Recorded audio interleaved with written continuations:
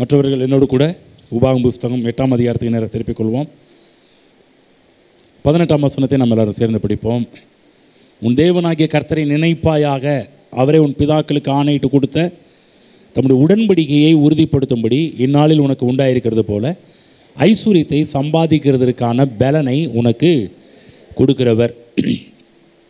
அநேக பல வாரங்களாக நம்ம விசுவாசிகளுடைய பொருளாதார நல்வாழ்வை பற்றி, பொருளாதார செழிப்பு, பொருளாதார ஆசீர்வாதம் என்கின்ற தலைப்பின் கீழாக கர்த்தருடைய வார்த்தையை தியானித்து கொண்டு வருகிறோம். அதிலும் ஒரு கேள்வி வைத்து முன்வைத்து பார்த்து கொண்டு வருகிறோம்.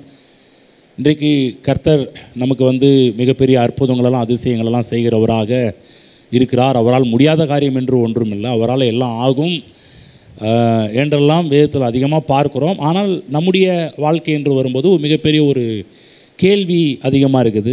நிறைய கிறிஸ்தவங்களுக்கெல்லாம் பார்த்திங்கன்னா, இதுலேயும் சொல்லப்போனால் இந்த பழைய விசுவாசிகளாக இருக்கிறாங்களே, இந்த ஆரம்பகால விசுவாசிகளாக இருக்கிறாங்களே, அவங்கெல்லாம் கேட்குற ஒரு முக்கியமான ஒரு கேள்வி என்னென்னா, நாங்கள் இவ்வளோ நாள் சர்ச்சுக்கு வந்துக்கிட்டு இருக்கிறோமே, எவ்வளோ நாள் கர்த்தரை பிடிச்சிருக்கோமே, ஆனால் பைபிளில் சொல்லப்பட்ட ஒரு வாழ்க்கை எங்களால் வாழ முடியலையே, எங்கள் வாழ்க்கை அப்படிப்பட்டதா இருக்கவில்லையே என்கின்ற ஒரு பெரிய ஒரு கேள்வியை முன்வைக்கிறார்கள். யார் என்றால், ரொம்ப நாளாக ரட்சிக்கப்பட்டு சபைக்கு வந்து கொண்டிருக்கிற கர்த்தருடைய பிள்ளைகள் கேள்வி வைக்கிறாங்க. இதுலேயும் பார்த்திங்கன்னா, அவங்க இது நிமித்தமாகவே அநேக விசுவாசிகள் பின்வாங்கியும் போயிருக்கிறார்கள். எந்த கேள்வினால்? இந்த கேள்வினால். அவங்க சொல்கிற ஒரு பதில் என்னன்னா, ஏங்க சர்ச்சுக்கு வரதில்லை அப்படின்னு சொல்கிற பதில் கேட்டால், கேள்விக்கு பதில் அவங்க என்ன சொல்கிறாங்க, இவ்வளோ நாள் சர்ச்சுக்கு வந்து என்னங்க பாஸ்டர் பண்ணுறது, நாங்கள் பைபிளை படிக்கிறோம், பைபிளில் இருக்கிற ஆட்கள்லாம் நல்லா வாழ்ந்துருக்குறாங்க, ஆனால் எங்கள் வாழ்க்கை சொல்கிற மாதிரி இல்லை, ரொம்ப கீழே தான் போயிட்டுருக்குது, மேலே ஒரு ப்ராக்ரஸும் இல்லை, ஒரு முன்னேற்றமும் கிடையாது, நாங்கள் மேலே போகலான்னு ஆசைப்பட்டு மேன்மை அடைவோம் என்று பார்த்தால் கீழே தானே போயிட்டுருக்குறோம், நாட்கள் ஆக ஆக ஒவ்வொரு படியே கீழே தான் இறங்கிட்டு இருக்கிறோமே ஒழிய மேலே போன மாதிரி தெரியலையே என்கின்ற ஒரு ஆதங்கத்தெல்லாம் அநேக கிறிஸ்தவ விசுவாசிகள், ஆரம்பகால விசுவாசிகள், பழைய விசுவாசிகள் எல்லாமே கேட்கின்ற ஒரு கேள்வி. பின்வாங்கி போனவர்களும் கர்த்தரை விட்டு வழி விலகி போனவர்களும் கேட்கின்ற ஒரு பெரிய ஒரு கேள்வியாக இருக்கின்றது. அதற்கு பதிலை தான் நம்ம பார்த்து கொண்டு வருகிறோம். அநேக நேரத்தில் அன்றைக்கு அவங்க பதில் தெரியாமல் இருக்கலாம். அந்த செய்திகளெல்லாம் அவங்க ரெகுலராக கேட்க ஆரம்பித்தாங்கன்னா கண்டிப்பாக அதற்கான பதிலை அவர்கள் பெற்றுக்கொள்வார்கள். ஒருவேளை இன்னும் நிறைய பேச போகிறோம், இதுக்கு முன்னாடி நிறைய பேசின செய்திகள்லாம் ஒருவேளை அவங்க எடுத்து கேட்க ஆரம்பிப்பாங்கன்னா என்ன பதில், அதுக்கு என்ன காரணம் என்பதை அவர்கள் தெரிந்து கொள்வார்கள். அதுக்கு பல காரணத்தை நம்ம பார்த்தோம். திரும்ப அங்கே போயிட்டு வரதுக்கு நேரம் இல்லை. இன்றைக்கி நம்ம என்ன பார்த்து கொண்டு வருகிறோம் என்றால், இந்த உடன்படிக்கை என்ற ஒரு காரியத்தை பற்றி தான் நம்ம பார்த்து கொண்டு வருகிறோம். நிறைய இதிலேருந்து நிறைய இருக்குது, நிறைய வந்துக்கிட்டே இருக்குது. ஆகவே இதிலேருந்து சொல்ல வேண்டிய எவ்வளோ காரியங்கள் இருக்குதோ அது எல்லாவற்றையும் சொல்ல வேண்டும் என்று பிரயாசம் எடுக்கின்றோம். ஏனென்றால் சத்தியத்தையும் அறிவீர்கள், சத்தியம் உங்களை விடுதலையாக்கும் என்று கர்த்தர் சொல்லியிருக்கிறார். அப்போ எந்த சத்தியத்தை நீங்கள் அறிந்து கொள்கிறீர்களோ அந்த அறிந்து கொண்டு அந்த சத்தியம் நம்ம விடுதலை ஆக்கும். அப்போ எந்த அளவுக்கு நமக்கு அறிவு ரொம்ப ரொம்ப அவசியம். அறிந்து கொள்ள மிகப்பெரிய ஒரு விடுதலையை நாம் எல்லா காரியத்திலையும் பார்க்க முடியும். அதில் ஒரு காரியம் என்னென்னா, பொருளாதார காரியத்திலையும் மிகப்பெரிய விடுதலையை பார்க்க முடியும். எதற்காக இந்த செழிப்பை போதிக்கிறோம்? கர்த்தர் எப்படிப்பட்டவர் என்பதை நமக்கு அறிவிப்பதற்காக தான். அவரை பற்றி இன்னும் கொஞ்சம் சரியாக அறிந்து கொள்ளணும். இப்படிப்பட்ட எண்ணம்லாம் இருக்கும்போது கர்த்தரை தப்பாக தான் யோசிக்க தோணும். என்னங்க என் வாழ்க்கை இப்படி பண்ணுறாரு, என் வாழ்க்கையில் வச்சு ஆண்டவர் விளையாடுறாரு, அவர் விளையாடுற ஒரு திருவிளையாடலாக இருக்குதுன்னு சொல்லி மக்கள் நினச்சிட்டு இருக்கிறாங்க. யாருடைய வாழ்க்கையிலையும் கர்த்தர் திருவிளையாடலாம் கர்த்தர் பண்ணுறது கிடையாது. எல்லாருடைய வாழ்க்கையிலையும் அவர் நல்ல காரியத்தை பண்ணுறார். யாருடைய வாழ்க்கையிலும் கர்த்தர் விளையாடுறது கிடையாது. மக்கள் விளையாடுவாங்க. நிறைய பேருடைய வாழ்க்கையில் மக்களுடைய வாழ்க்கையை நினச்சிக்கிட்டு இருப்பாங்க. ஆனால் தேவன் ஒரு நாளும் யாருடைய வாழ்க்கையிலையும் விளையாடுறது கிடையாது. நல்லா புரிஞ்சுக்கணும். கர்த்தர் என்ன சின்ன பிள்ளையா அவர் விளையாண்டுட்டு இருக்கிறதுக்கு கிடையாது. அதெல்லாம் கிடையவே கிடையாது. தேவனை பற்றி தப்பாக நினச்சக்கூடாது. சரியான விதத்தில் கர்த்தரை நினைக்க வேண்டும். நம்முடைய நல்வாழ்விலே கர்த்தர் அக்கறை உள்ளவர். கர்த்தர் கஞ்ச பிசுனாரி கிடையாது, கஞ்சூஸ் கிடையாது. தேவன் கர்த்தர் ஏதோ நம்முடைய தேவைகளை சந்திப்பார், ஏதோ சாப்பாட்டை மட்டும் கொடுப்பாரு, ஏதோ நமக்கு தேவையான காரையும் நமக்கு தேவையான வீட்டையும் கொடுப்பாரு என்று மட்டும் நம்ம நினச்சிட்டு இருக்கிறோம். கிடையாதுங்க. அது மட்டும் இல்லை, நம்ம நினச்சோம் இதுக்காக சில மக்கள் கிறிஸ்துவை பிடிச்சிருக்கிறாங்க. நான் சொல்ல இதை மட்டும் கொடுக்கறது கிடையாதுங்க. தேவன் ஒரு குடிசையும் வயிற்றுக்கு ஒரு கஞ்சியும் கடவுள் கொடுக்கறது கிடையாது. ஒருவேளை கஞ்சியும் கடவுள் கொடுக்கறது கிடையாது. நம்ம இந்த பூமியிலே அவர் விரும்புகிற ஒரு வாழ்வு, அவர் விரும்புகிற ஒரு மேன்மை, அவர் விரும்புகிற ஒரு புகழ்ச்சி, அவருடைய சித்தம் பரலோகத்தில் செய்யப்படுவது போல பூமியில் செய்யப்பட வேண்டும் என்பது கர்த்தருடைய திட்டமாக இருக்கின்றது.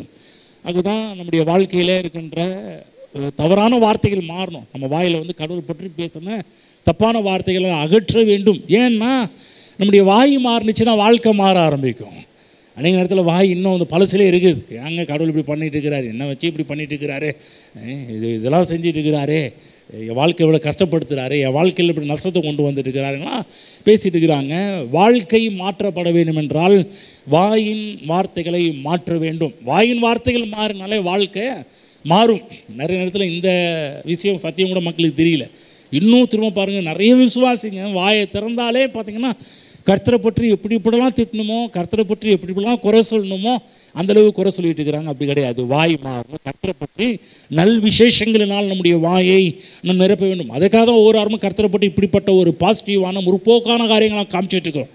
சில பேருக்கு என்னங்க இதை தவிர வேறு எதையும் காமிக்க மாட்டேன்றீங்க, இதுலேயே ரவுண்டு அடிச்சிட்டு இருக்கிறீங்களே அப்படின்லாம் மக்கள் கேட்குறாங்க. முதல்ல இதை உங்கள் வாயில் நிரப்புங்க. எவ்வளோ தான் வாரம் இதை சொன்னாலும் திரும்ப திங்கக்கிழமையிலும் சனிக்கிழமை நம்ம பேசுகிற வார்த்தை எல்லாமே தப்பாகவே பேச ஆரம்பித்தோம். ஆக தான் வாய் ரொம்ப ரொம்ப மாற வேண்டும். அதற்காக தான் கடவுள் பல பிரமாணங்களை வச்சிருக்கிறார். பல பிரமாணங்களுக்கு நாம் மதிப்பு கொடுக்க வேண்டும், அதற்கு மரியாதை கொடுக்க வேண்டும். அதில் ஒரு பிரமாணம் தான் உடன்படிக்கையின் பிரமாணம். இந்த உடன்படிக்கையை தேவன் எப்படி காக்கிறாரு, இந்த உடன்படிக்கையின் மூலமாக கர்த்தர் எப்படி ஆசீர்வதிக்கிறாரு, தேவனுடைய உடன்படிக்கையின் மூலமாக அவருடைய முழுமையான ஒரு அன்பை நாம் பார்க்கின்றோம். எல்லார்ட்டையும் கடவுள் உடன்படிக்கை பண்ணிட்டு வரார். உடன்படிக்கைனா என்ன, யார் யார்கிட்ட உடன்படிக்கை பண்ணார், இதனுடைய அர்த்தம்லாம் நம்ம பார்க்க ஆரம்பித்தோம். தேவாதி தேவன் மனுஷன்ட்டு வந்து உடன்படிக்கை பண்ணுறாரு. உடன்படிக்கை பண்ணி பாருங்கள். சாதாரணமாக அவர் சொன்னாலே போதும். கர்த்தர் வந்து நான் இப்படி பண்ணுவேன், இப்படி பண்ணுவேன், அப்படி பண்ணுவேன்னு நம்ம பார்த்து சொன்னாலே போதும் பாருங்கள், நம்பலாம். ஆனால் அவர் இன்னும் கீழே இறங்கி வந்து நம்ம வந்து எந்த அளவுக்கெல்லாம் அவருடைய வார்த்தையை நம்ப வேண்டும் என்று சொல்லி அவர் சித்தம் கொண்டிருக்கிறார். அந்த லெவலாம் கீழே இறங்கி வந்து இன்னும் நம்முடைய இடத்துக்கு இறங்கி வந்து நம்ம எப்படி நம்ப முடியும், நம்பக்கூடிய வார்த்தைகள் என்ன இருக்கிறது என்பதை அறிந்து தேவன் வந்து உடன்படிக்கை பண்ணி நம்மோடு கூட அவருடைய ஆசீர்வாதத்தால் நம்ம இது கொடுத்து கொண்டே இருக்கின்றார். ஆகதான் கடந்த வாரத்தில் இந்த உடன்படிக்கையில் வந்து எல்லாமே அடங்கியிருக்குது. இந்த உடன்படிக்கையில் சரீர சுகம் அடங்கியிருக்கிறது, ஆவிக்குரிய ஆசீர்வாதங்கள் அடங்கியிருக்கிறது, ஆன்மீக ஆசீர்வாதங்கள், மன சம்மந்தப்பட்ட எல்லா ஆசீர்வாதங்களும் அடங்கியிருக்கிறது. பார்த்தீங்களா? எல்லா ஆசீர்வாதமும் உடன்படிக்கையிலே தேவன் ஏராளமாக கர்த்தர் நமக்காக அடக்கி வச்சிருக்கிறார். வந்து ஆகுதான் பாருங்கள், நம்ம மீட்டது வந்து போன வாரம் நான் சொல்லி முடித்தேன் இல்லையா, கடவுள் வந்து கர்த்தர் ஏன் நம்ம ரட்சித்தார், கர்த்தர் ஏன் வந்து நம்மளை மீட்டெடுத்தார், எதற்காக, ஏதோ செத்து பரலோகம் போகிறதுக்காகவா? கிடையாது. செத்தும் பரலோகம், அதாவது பரலோகம் போகிறதுக்கு ஒரே வழி சாகிறதான் பாருங்கள். மக்கள் நிறைய விசுவாசிங்க சாவை தான் விரும்பிகிட்டு இருக்கிறாங்க. எப்படியாவது பரலோகத்துக்கு போயிடணுங்க, எப்படியாவது பரலோகத்துக்கு போயிடணும். ஒரு காலகட்டத்தில் பாருங்கள், நிறைய விசுவாசிகளுடைய ஜபம் இதுவாக தான் இருந்துச்சு. நிறைய விசுவாசிங்க, எனக்கு தெரியும், அநேக விசுவாசிங்க ஜபம் பண்ணாங்க, ஆண்டவரே சீக்கிரம் வாங்க சீக்கிரம் வாங்க சீக்கிரம் வாங்கன்னாங்க. நாங்களும் என்ன பண்ணோம், நாங்களும் அதே ஃபார்மேட்டை யூஸ் பண்ணி நாங்களும் சீக்கிரம் வாங்க ஆண்டவரே அப்படின்னு சொல்லி ஜபம் பண்ண ஆரம்பித்தோம். ஆனால் கடைசியில் சீக்கிரம் வாங்கன்னு சொல்லி ஜபம் பண்ண விசுவாசிகளோட லைஃப் எடுத்து பார்த்தா எல்லாம் கடங்கார விசுவாசிகளாக இருக்கிறாங்க. இவங்க என்னன்னா கர்த்தர் சீக்கிரம் வந்துட்டு எஸ்கேப் ஆகி போயிடலாம்ல, கடன் கொடுத்தவனுக்கு டாட்டா பாய் பாய் சொல்லிட்டு போயிடலாம்ல. அப்புறமாட்ட தான் தெரிஞ்சிச்சு, அடா சாமிகளா நீங்கள் எல்லோரும் கடன் அடைக்கிறதுக்கு பயந்துக்கிட்டே ஆண்டவரே சீக்கிரம் வாருன்னு சொல்லி ஜெபம் பண்ணிட்டு இருக்கிறீங்களே. நிறைய பேருடைய பிரசங்கமாக அப்படி ஆயிடுச்சு. கடைசியில் அவங்க லைஃப்பை கொஞ்சம் தூக்கி பார்த்தோம்னா அவங்க லைஃப்பும் கொஞ்சம் ஹோப்லெஸ்ஸாக இருக்குது. வந்து அப்போ தான் பார்த்தது, இவங்க எல்லாமே தங்களுடைய சுயநலத்துக்காக தேவனுடைய வார்த்தையெல்லாம் மாற்றி தேவனுடைய வார்த்தையெல்லாம் திரித்து தப்பாலாம் போதிக்க ஆரம்பிச்சுட்டாங்க. நான் சொல்கிறேன், நீ பரலோகம் என்ற ஒன்று இருக்கிறது, நம்ம அதில் வந்து எந்த டவுட்டும் நமக்கு கிடையாது.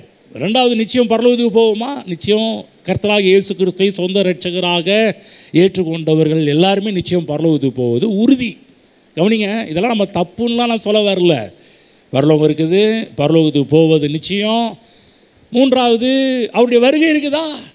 ஆண்டவரே சீக்கிரம் வாங்க. அப்போ அதுக்கு நம்ம நெகட்டிவாக பேசுகிறோமா? அதெல்லாம் பேசலாம். நிச்சயம் அவர் வருவார், பைபிளில் போடப்பட்டிருக்குது இல்லைங்களா? அதெல்லாம் வருவார். அவர் எப்படி உங்களுக்கு முன்பாக எடுத்துக்கொள்ளப்பட்டாரோ அதே போல் அவர் இந்த பூமிக்கு திரும்ப வருவார். அதெல்லாம் நம்ம விசுவாசிக்கிறோம்.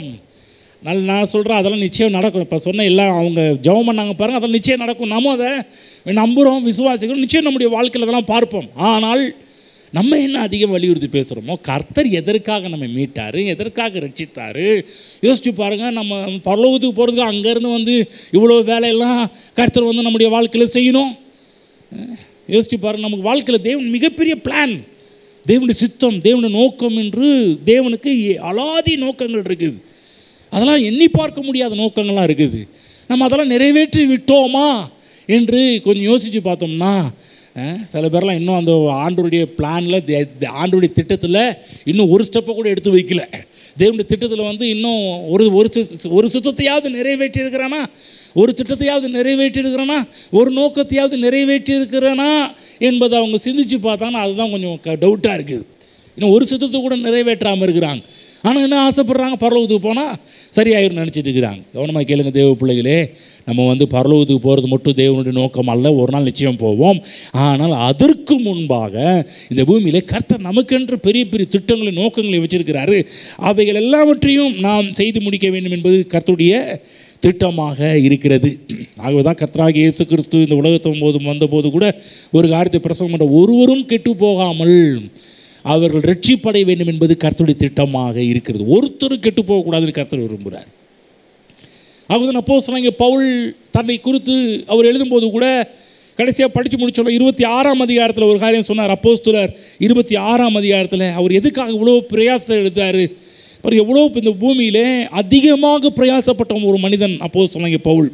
தேவ ராஜ்யத்துக்காக, தேவ திட்டத்துக்காக, தேவ நோக்கங்களுக்காக அதிகமாக பிரயாசப்பட்டவர். ஆனால் அவர் தன்னுடைய வாழ்க்கையில் நோக்கத்தை அறிந்தார். 26:17-18 படிக்கிறேன். உன் சுய ஜனத்தாரிடத்தினின்றும் அந்நிய ஜனத்தினின்றும் உன்னை விடுதலையாக்கி, ஏன் விடுதலையாக்கினாராம்? அடுத்து சொல்கிறார், அவர்கள் என்னை பற்றும் விசுவாசத்தினாலே பாவ மன்னிப்பையும் பரிசுத்தமாக்கப்பட்டவர்களுக்குரிய சுதந்திரத்தை பெற்றுக்கொள்ளும்படியாக அவர்கள் இருளை விட்டு ஒளியினிடத்திற்கும் சாத்தானுடைய அதிகாரத்தை விட்டு தேவனிடத்திற்கு திருப்பும்படிக்கும் நீ அவர்களுடைய கண்களை திறக்கும் பொருட்டு இப்பொழுது உன்னை அவர்களிடத்திற்கு அனுப்புகிறேன் என்றார். பிளான் தெரிஞ்சிருச்சு, திட்டம் தெரிஞ்சிருச்சு.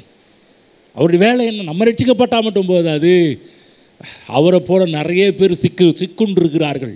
இருளின் அதிகாரத்தில் சிக்குண்டு கிடக்கிறார்கள், பாவப்பிடியில் சிக்குண்டு கிடக்கிறார்கள், சாத்தானுடைய அதிகாரத்திற்கு கீழே இருக்கிறார்கள். இப்போ இவங்களெல்லாம் கொஞ்சம் யோசிச்சு பாருங்கள், கொஞ்சம் கற்பனை பண்ணி பாருங்கள். ஒரு சொல்கிற விதங்கள், முதலாவது என்ன சொல்கிறாரு, அவங்களுக்கு பாவ மன்னிப்பு தேவை, சுதந்திரம் அவசியம், இருளை விட்டு ஒளியினிடத்திற்கு வரணும். எவ்வளோ பெரிய வேலை தெரியுங்களா? இருளின் ராஜ்யம். இன்னும் சொல்லப்போனால் இன்னொரு ராஜ்யத்தில் உதாரணம் சொல்லப்போனால் சில தீவிரவாதிகள் நம்முடைய இந்தியர்கள் இருக்கிற சில இராணுவ வீரர்கள்லாம் பிடிச்சி அவங்க வந்து சிறை கைதிகளாக கொண்டு போயிருக்கிறாங்க இல்லைங்களா? போயிருக்கிறாங்களா இல்லைங்களா? கேள்விப்பட்டிருக்கிறீங்களா இல்லைங்களா? இங்கே இருக்கிற சில நல்ல நல்ல சோல்ஜர்ஸ் எல்லாம் அனுப்பி என்ன பண்ணுவாங்க, அங்கே இருக்கிற ஆட்களை கொண்டு வருவாங்க. இதெல்லாம் சாதாரணமாக நடக்கிற காரியங்களா? அங்கே போய் சும்மா போயிட்டே எவன்டா பிடிச்சி வச்சுக்கிறது, கழட்டி விட்றா அப்படின்னு சொல்லி சும்மா கொண்டு வந்துடுவாங்களா? இங்கே இருக்க நம்ம நாட்டு வீரர்கள் அங்கே போகிறதுக்கு பல முயற்சிகள், பல பிளான் பண்ண வேண்டியது இருக்குது, பல திட்டங்கள் வகுக்க வேண்டியது இருக்குது, பல மூளையை போட்டு கசக்க வேண்டியது இருக்குது. எப்படி வந்து எதிரி நாட்டுக்குள்ளே போய் நம்ம பிடிச்சி வச்சுருக்கிற எல்லா தீவிரவாதிகளும் எப்படி கொண்டு வர வேண்டுங்கிற ஒரு பெரிய பிளான்லாம் பண்ணி உள்ளே போத்தான் உயிரையே பணைய வச்செல்லாம் போயிட்டு வரக்கூடிய ஆட்கள் இருக்கிறாங்களா இல்லையா? இருக்கிறாங்களா இல்லையா? உயிரையே பணைய வச்சு போகிறாங்க. இப்போ பவுல் சொல்கிறாரு, அந்த மாதிரி தான்ப்பா நான். எப்படிப்பட்ட ஆள்னா, இருளை ஏதாவது சொல்கிறாரு, என்ன சொல்கிறாருன்னா, இருளை விட்டு ஒளி, அவர்கள் இருளை விட்டு ஒளியின் இடத்திற்கும் சாத்தானுடைய அதிகாரத்தை விட்டு தேவன் இடத்திற்கும் திருப்பும்படிக்கு இன்னொரு என்ன அதிகாரம், சாத்தானுடைய அதிகாரத்தில் இருக்கிறாங்க, அவங்களுடைய ஆளுகைக்கு உட்பட்டவர்களாக இருக்கிறாங்க, அவங்க ராஜ்யத்துக்கு உட்பட்டவர்களாக இருக்கிறாங்க. யோசிச்சு பாருங்கள், அவங்க ராஜ்யத்தில் உள்ள நுழைஞ்சி கூட்டிட்டு வர்றது என்பது சாதாரணமான விஷயம் கிடையாது. இதை எப்படி இதை கொண்டு வரணும் என்று சொன்னால் ஒரே ஒரு வழி, சுவிசேஷ வழி. அப்போ நமக்கு பெரிய ஒரு வேலை இருக்குது. கடவுள் பெரிய திட்டத்தை கொடுத்துருக்கிறாரு. முழு உலகத்துக்கும் தேவனுடைய ராஜ்யத்தை சொல்லக்கூடிய, தேவனுடைய சுவிசேஷத்தை சொல்லக்கூடிய ஒரு மிகப்பெரிய பொறுப்பு நமக்கு கொடுக்கப்பட்டிருக்கிறது. நம்ம ரட்சிக்கப்பட்டால் மட்டும் போதாதுங்க,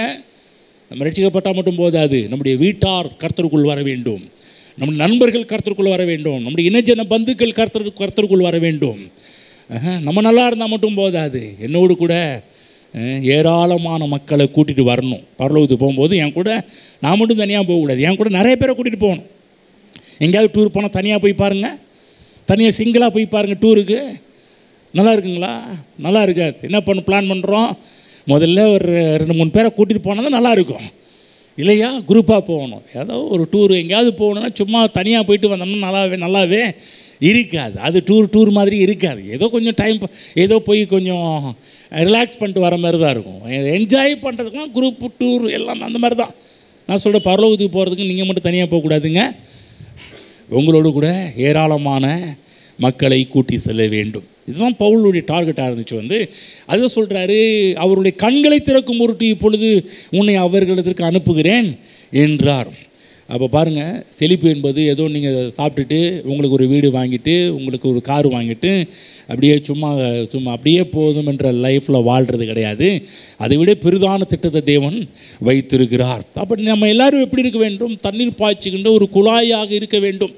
எப்படி ஒரு குழாயில் தண்ணீர் பாய்ச்சப்பட்டு தண்ணி குழாயை நிறச்சிட்டு வெளியே போகிற மாதிரி நீங்களும் ஆசீர்வதிக்கப்படணும், உங்கள் மூலமாக அநேகரும் ஆசீர்வதிக்கப்பட வேண்டும் என்று கர்த்தர் இந்த பூமியில் நம்மை வைத்திருக்கிறார். ஆகவே கடந்த வாரத்தில் சொன்ன கர்த்தர் சீயோன் மீது எவ்வளோ பிரியமாக இருக்கிறார். இந்த சீயோனுக்காக தேவன் பாருங்கள், சீயோன் என்றால் இன்றைக்கு நீங்களும் நானும் சபை, இந்த சபை நல்லா இருப்பதற்காக அசைக்க முடியாத காரியத்தில் கர்த்தர் அசைய பண்ணுறார். என்ன சொல்கிறாரு? உனக்காக நான் பூமியையும் அசைக்க பண்ணுவேன், வானத்தையும் அசைக்க பண்ணுவேன், வெட்டாந்தரையும் அசைக்க பண்ணுவேன். அவர் சொல்ற பல நாடுகளையும் உனக்காக அசைக்க பண்ணுவேன். நீங்கள் நல்லா இருக்கணுன்றதுக்காக. நீங்கள் எதுக்காக? உங்கள் மூலம் அங்கே சுவிசேஷம் சகல ஜாதிகளுக்கு போகணுன்றதுக்கு நமக்கு என்ன வேணும்? நமக்கு நிறையா ஆசீர்வாதங்கள், பொருளாதாரங்கள் தேவைப்படுது. அப்போ அதெல்லாம் நம்ம கைக்கு வர வேண்டும் என்பதற்காக கர்த்தர் யார் யாரெல்லாம் அசைக்கணுமோ அவங்களெல்லாம் அசைக்கிறார். ஆனால் நம்முடைய திட்டம் கரெக்ட், நம்ம நோக்கம் கரெக்டாக இருக்கணும். நம்ம என்ன பண்ணுறோம்? சம்பாதிக்கணும் சம்பாதிக்கணும் சம்பாதிக்கணும் சம்பாதிக்கணும்.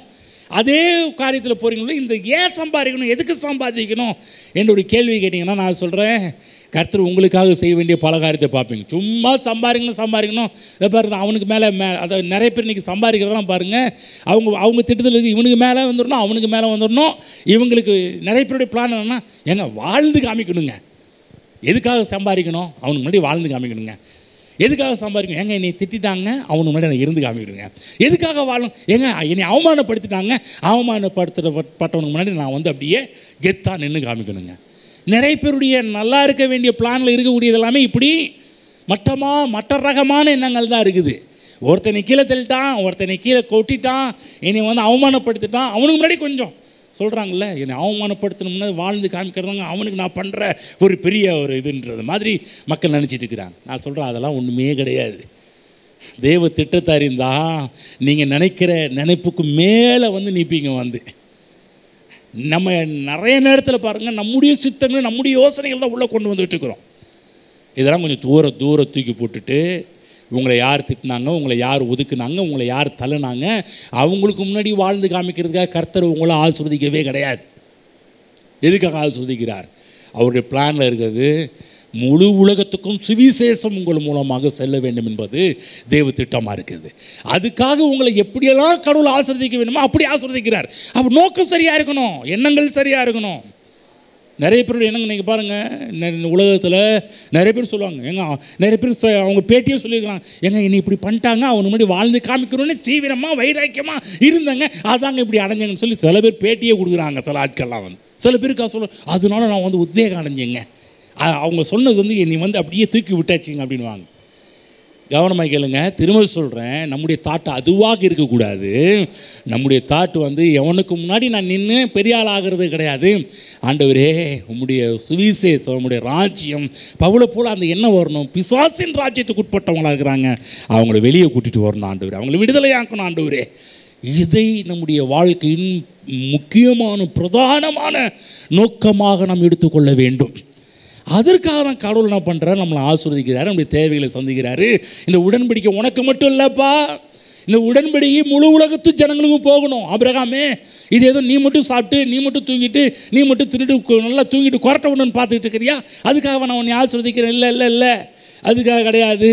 நீ உன் வயிறை நிரப்புறதுக்கு மட்டும் இல்லை, நீ உன் குடும்பத்தை நிரப்புறதுக்கு மட்டும் இல்லை. நல்லா கவனமாக கேளுப்பா, இந்த உடன்படிக்கை முழு உலகத்து ஜனங்களுக்கும் போக வேண்டும். அதற்காக தான் உன்னை ஆசீர்வதிக்கிறேன். அந்த அந்த அந்த குறிக்கோள், அந்த பிளான், அந்த திட்டத்தை உடையவர்களாக நாம் மாற வேண்டும். பாருங்கள், எகிப்து ஜனங்கள் இஸ்ரவேல் ஜனங்களை ரொம்ப கொடுமைப்படுத்தினாங்க. ஆனால் கடவுள் அவங்கள வெளியே கிளம்பும்போது எப்படி கிளம்ப பண்ணினார்னா, மிகுந்த பொண்ணோடும் பொருளோடும் அவங்கள கிளம்ப பண்ணார். கிளம்பும்போது பாருங்கள், பக்கத்து வீட்டு ஆட்கள்லாம் போய் கேட்க சொல்கிறார். நீங்கள் பாருங்கள், பக்கத்து வீட்டு ஆட்களில் போய் நகை கிட்டு பாருங்கள். இன்றைக்கி நகை கேட்குறதெல்லாம் பாருங்கள், ஏதோ ஃபங்க்ஷன் போனோன்னா கொஞ்சம் கொடுங்க, போட்டு பார்த்துட்டு அப்புறம் கழட்டி கொடுத்துருன்னுவாங்க. ஒரு நாள் வாடகை, இன்றைக்கி ஒரு நாள் எப்படி கவரிங் நகைலாம் வாடகைன்ற மாதிரி சில இடங்களில் கோல்டும் வாடகைக்கு விடப்படுது. சில இடங்கள் கவரிங்கை விட கொஞ்சம் அதிக வாடகை, அவ்வளோதான், வேறு ஒன்றும் இல்லை. எங்கே இதெல்லாம் கேட்கக்கூடாது, ஓகேங்களா?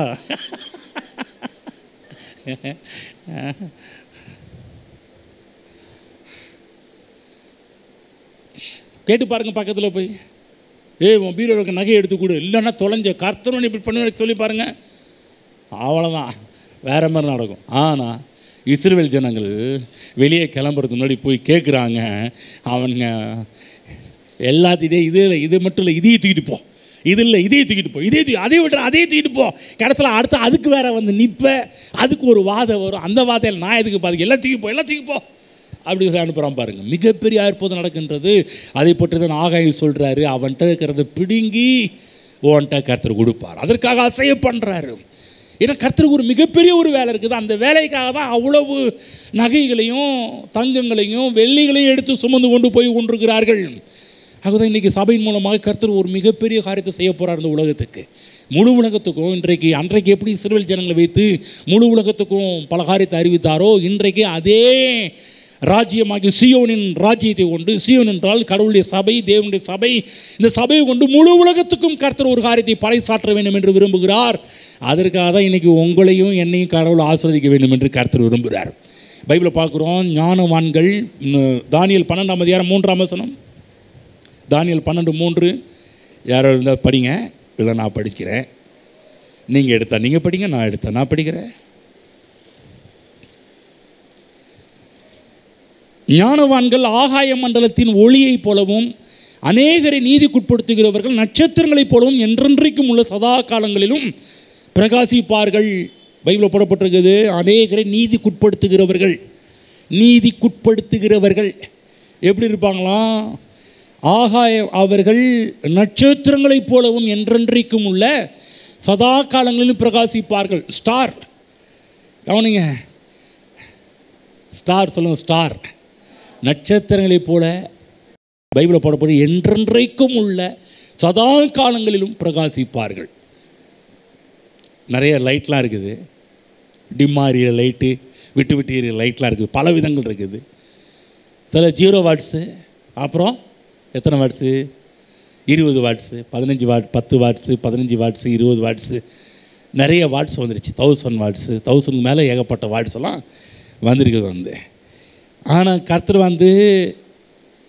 நீதிக்குட்படுத்துகிறவர்கள் எப்படிப்பட்டவர்களாக இருப்பார்கள் என்றால், என்றென்றைக்கும் உள்ள சதா காலங்களிலும் பிரகாசிப்பார்கள்.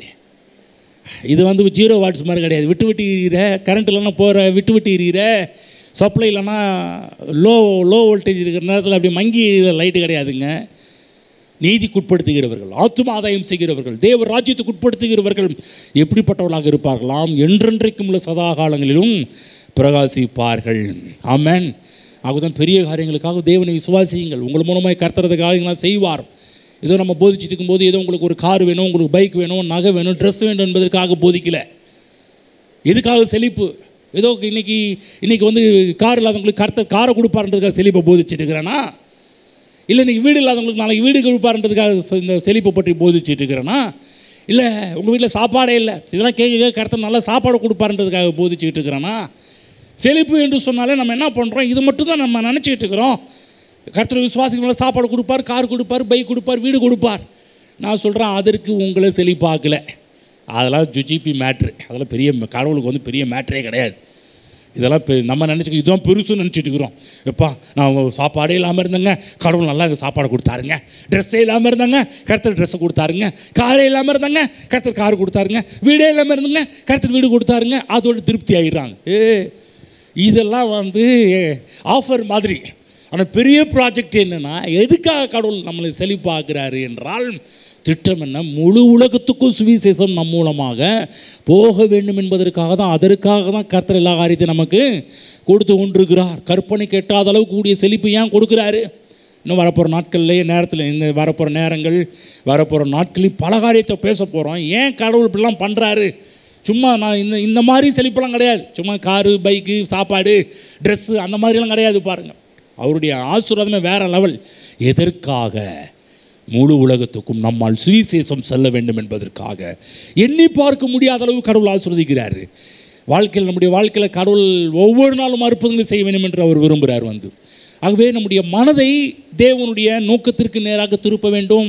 நம்முடைய மனதை தேவனுடைய சித்தத்திற்கு நேராக நாம் ஆயத்தப்படுத்த வேண்டும். ஒவ்வொரு நாள் ஆண்டவரே இன்றைக்கி உங்கள் சித்தம் செய்யணும் ஆண்டவரே, உங்களுடைய ராஜ்யத்தை சொல்லணும் ஆண்டவரே, உங்களுடைய சுவிசேஷத்தை சொல்லணும் ஆண்டவரே, யாருக்காவது ஒருத்தருக்காவது இன்றைக்கி உண்மை பற்றி பேசணும் ஆண்டவரே. அந்த மாதிரிலாம் இருக்கிறீங்களா? ஒவ்வொரு நாள் காலையில் இருந்து ஜெபம் பண்ணும்போது எதுக்காக ஜெபம் பண்ணுறீங்க? பிளான் என்ன? ஆண்டவரே என்னை ஆசீர்வதியும், என் மனைவி ஆசீர்வதியும், என் பிள்ளை ஆசீர்வதியும், எங்கள் பாஸ்டர் ஆசீர்வதியும். தப்பு இல்லை, பட் பண்ணுங்க. ஆனால் அதை காட்டி கொஞ்சம் தாண்டி ஆண்டவர் இன்றைக்கி ஒருத்தருக்காவது சுவிசேஷத்தை அறிவிக்க வேண்டும்.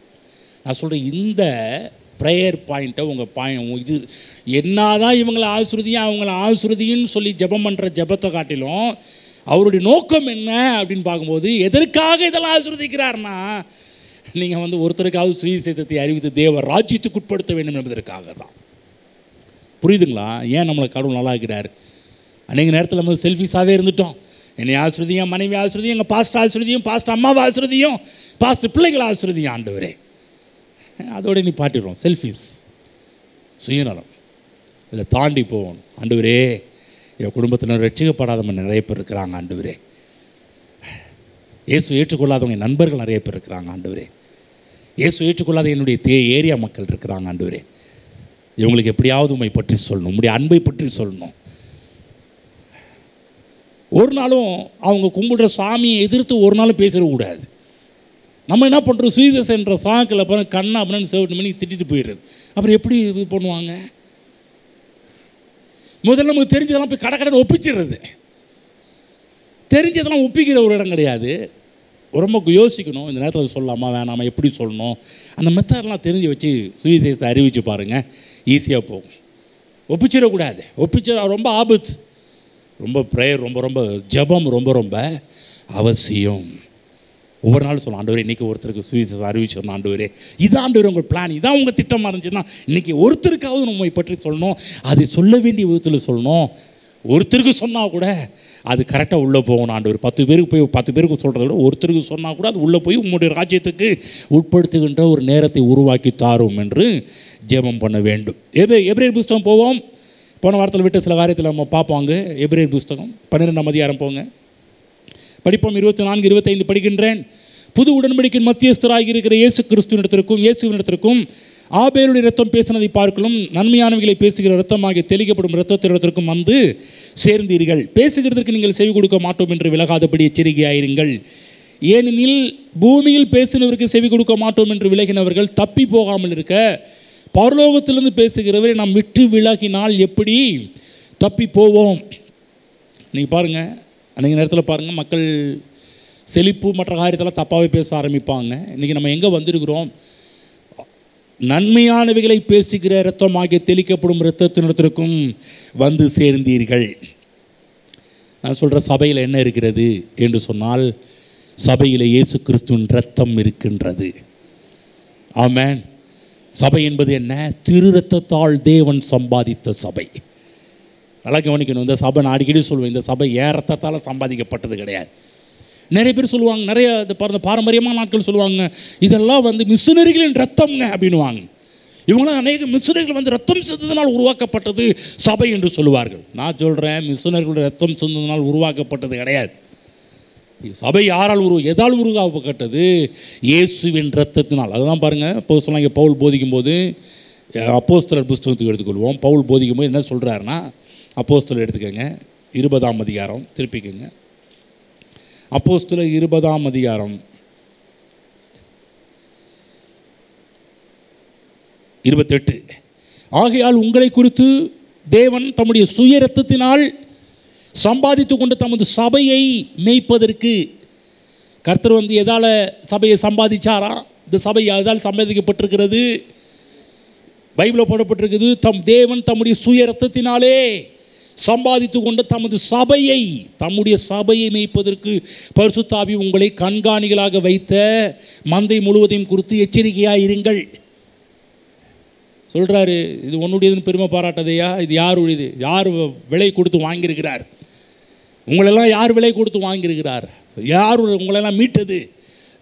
இங்கே இருக்கிற என்னையும் உங்களை மீட்டது கர்த்தராகிய கிறிஸ்து இயேசுவின் ரத்தம். இரத்தத்தினால் சம்பாதிக்கப்பட்டவர்கள். அப்போ இந்த இடத்துல சபை இருக்கிறது. ஆகவே தான் பாருங்கள், ரத்தம் இருப்பதுனால தான் உடன்படிக்கை ரொம்ப ரொம்ப முக்கியம். உடன்படிக்கைக்கு ரத்தத்துக்கு ரொம்ப ரொம்ப கனெக்ட் இருக்குது. உடன்படிக்கை எதனால் ஏற்படுத்தப்பட்டது? இரத்த உடன்படிக்கை, இரத்தத்தினால் உண்டானதுதான் உடன்படிக்கை. பாருங்கள், ஆதியாகமம் புஸ்தகம் 15ஆம் அதிகாரம் திருப்பிங்க. ஆதியாகமம் 15க்கு போவோம். அங்கேருந்து சில விஷயத்தை பேசிட்டு வருவோம். 15ஆம் அதிகாரம் 1லிருந்து சில காரியத்தை நான் உங்களுக்கு படித்து காமிக்கிறேன். இதெல்லாம் பார்த்த பகுதி தான். ஆனால் இன்றைக்கு இன்னைக்கு உள்ள சத்தியத்துக்கு தேவைப்படுறதுனால நம்ம அங்கேருந்து பார்ப்போம், சில விஷயங்களை பார்ப்போம். படிக்கிறேன். இந்த காரியங்கள் நடந்த பின்பு கர்த்தருடைய வார்த்தை ஆபிரகாமுக்கு தரிசனத்தில் உண்டாகி, அவர் ஆபிரகாமே நீ பயப்படாதே, நான் உனக்கு கேடகமும் உனக்கு மகா பெரிய பலனுமாய் இருக்கிறேன் என்றார். அதற்கு ஆபிரகாம், கர்த்தராகிய ஆண்டவரே, அடியனுக்கு என்ன தெரிவீர்? நான் பிள்ளை இல்லாமல் இருக்கிறேனே. தமஸ்கு ஊரானாகிய இந்த எலியாசர் என் வீட்டு விசாரணை கர்த்தனாக இருக்கிறானே என்றான். அதற்கு பின்னும் ஆபிரகாம், தேவரீர் எனக்கு புத்திர சந்தானம் அருளவில்லை, இதோ என் வீட்டில் பிறந்த பிள்ளை எனக்கு சுதந்திரவாளியாக இருக்கிறான் என்றான். அப்பொழுது கர்த்தருடைய வார்த்தை அவனுக்கு உண்டாகி, இவன் உனக்கு சுதந்திரவாளி அல்ல, உன் கற்ப பிறப்பாய் இருப்பவனே உனக்கு சுதந்திரவாளி ஆவான் என்று சொல்லி அவர் அவனை வெளியே அழைத்து, நீ வானத்தை அண்ணாந்து பார், நட்சத்திரங்களை என்ன உன்னாலே கூடுமானால் அவைகளை என்ன என்று சொல்லி, பின்பு அவனை நோக்கி உன் சந்ததி இவ்வண்ணமாக இருக்கும் என்றார். பாருங்க, ஆபிரகாம் கேட்டது ஒரு பிள்ளை. இன்னும் ஆண்டவர் என்ன பண்ணுறாரு? சரி பரவாயில்ல, ஒன்று கண்ணே கேட்டிருக்கிறப்பா, அதனால் கவலைப்படாத, உனக்கு ஒரு பிள்ளையை கொடுப்பேன்னு சொல்லிட்டு ரொம்ப ஈஸியாக போயிடும், மேட்ரு முடிச்சிடும். ஆனால் ஆண்டவர், நீ என்ன ஒரு பிள்ளையை கேட்டுருக்கிற? ஏன் பிளான் ஒரு பிள்ளை கிடையாது. அவருடைய பிளான் என்ன? சந்ததிகள், தேசங்கள் சொல்கிறாரு. இவன் கேட்டது ஒரு பிள்ளை. கர்த்தர் சொல்கிறாரு, தேசத்தையே உனக்கு சுதந்திரமாக கொடுப்பேன்றார். 6ஆம் வசனம். அவன் கர்த்தரை விசுவாசித்தான், அதை அவர் அவனுக்கு நீதியாக எண்ணினார். எப்படி? பின்னும் அவர் அவனை நோக்கி, கர்த்தர் அவனை நோக்கி பேசுகிறாரு, இந்த தேசத்தை உனக்கு சுதந்திரமாக. என்ன ஆபிரகாமே, நீ ஒரு பிள்ளையை கேட்டுருக்கிற? என் பிளான் என்ன தெரியுமா? இந்த தேசத்தையே உனக்கு சுதந்திரமாக கொடுக்கும் பொருட்டு உன்னை ஊர் என்னும் கல்தையருடைய பட்டணத்திலிருந்து அழைத்து வந்த கர்த்தர் நானே. நீ பிள்ளை கேட்குற, நான் உன்னை லேண்ட் லார்டாக மாற்றணும்னு ஆசைப்படுறேனே, நிலக்கர்த்தாவாக மாற்றணும்னு ஆசைப்பட்டு இருக்கிறேனே, முழு தேசத்தையே உன் கையில் கொடுக்க வேண்டும் என்று ஆசைப்பட்டு இருக்கிறேன். நீ பாட்டுக்கு என்ன எப்படி நினச்சிட்டு இருக்கிற? ஏதோ பிள்ளையை மட்டும் கடவுள் தெய்வம் ஆபிரகாமுக்கு வாக்கு பண்ணவில்லை. பிள்ளை மட்டும் கிடையாதுங்க, பிள்ளையோடு கூட சேர்ந்து தேசமே வாக்கு பண்ணப்படுகின்றது. ஏராளமான ஆசீர்வாதங்களும் ஏராளமான ஐஸ்வர்யங்களும் வாக்கு பண்ணப்படுகின்றது. கர்த்தர் சுவிசேஷ ஊழியம் பண்ணுறதுக்கு நிறைய ஆட்களை கடவுள் தரத்துக்கு ரெடியாக இருக்கிறாரு. அதற்கு கர்த்தர் ஏராளமான தேசத்தை எல்லாம் ஆசீர்வாதங்கள்லாம் கர்த்தர் கொடுக்கும்படி வச்சிருக்கிறார். 8ஆம் வசனம். அதற்கு அவன், கர்த்தராகிய ஆண்டவரே, நான் அதை சுதந்திரித்துக் கொள்வேன் என்று எதினால்? சரி நீங்கள் சொல்கிறீங்க, எனக்கு ப்ரூஃப் பண்ணுங்க அப்படின்றான்.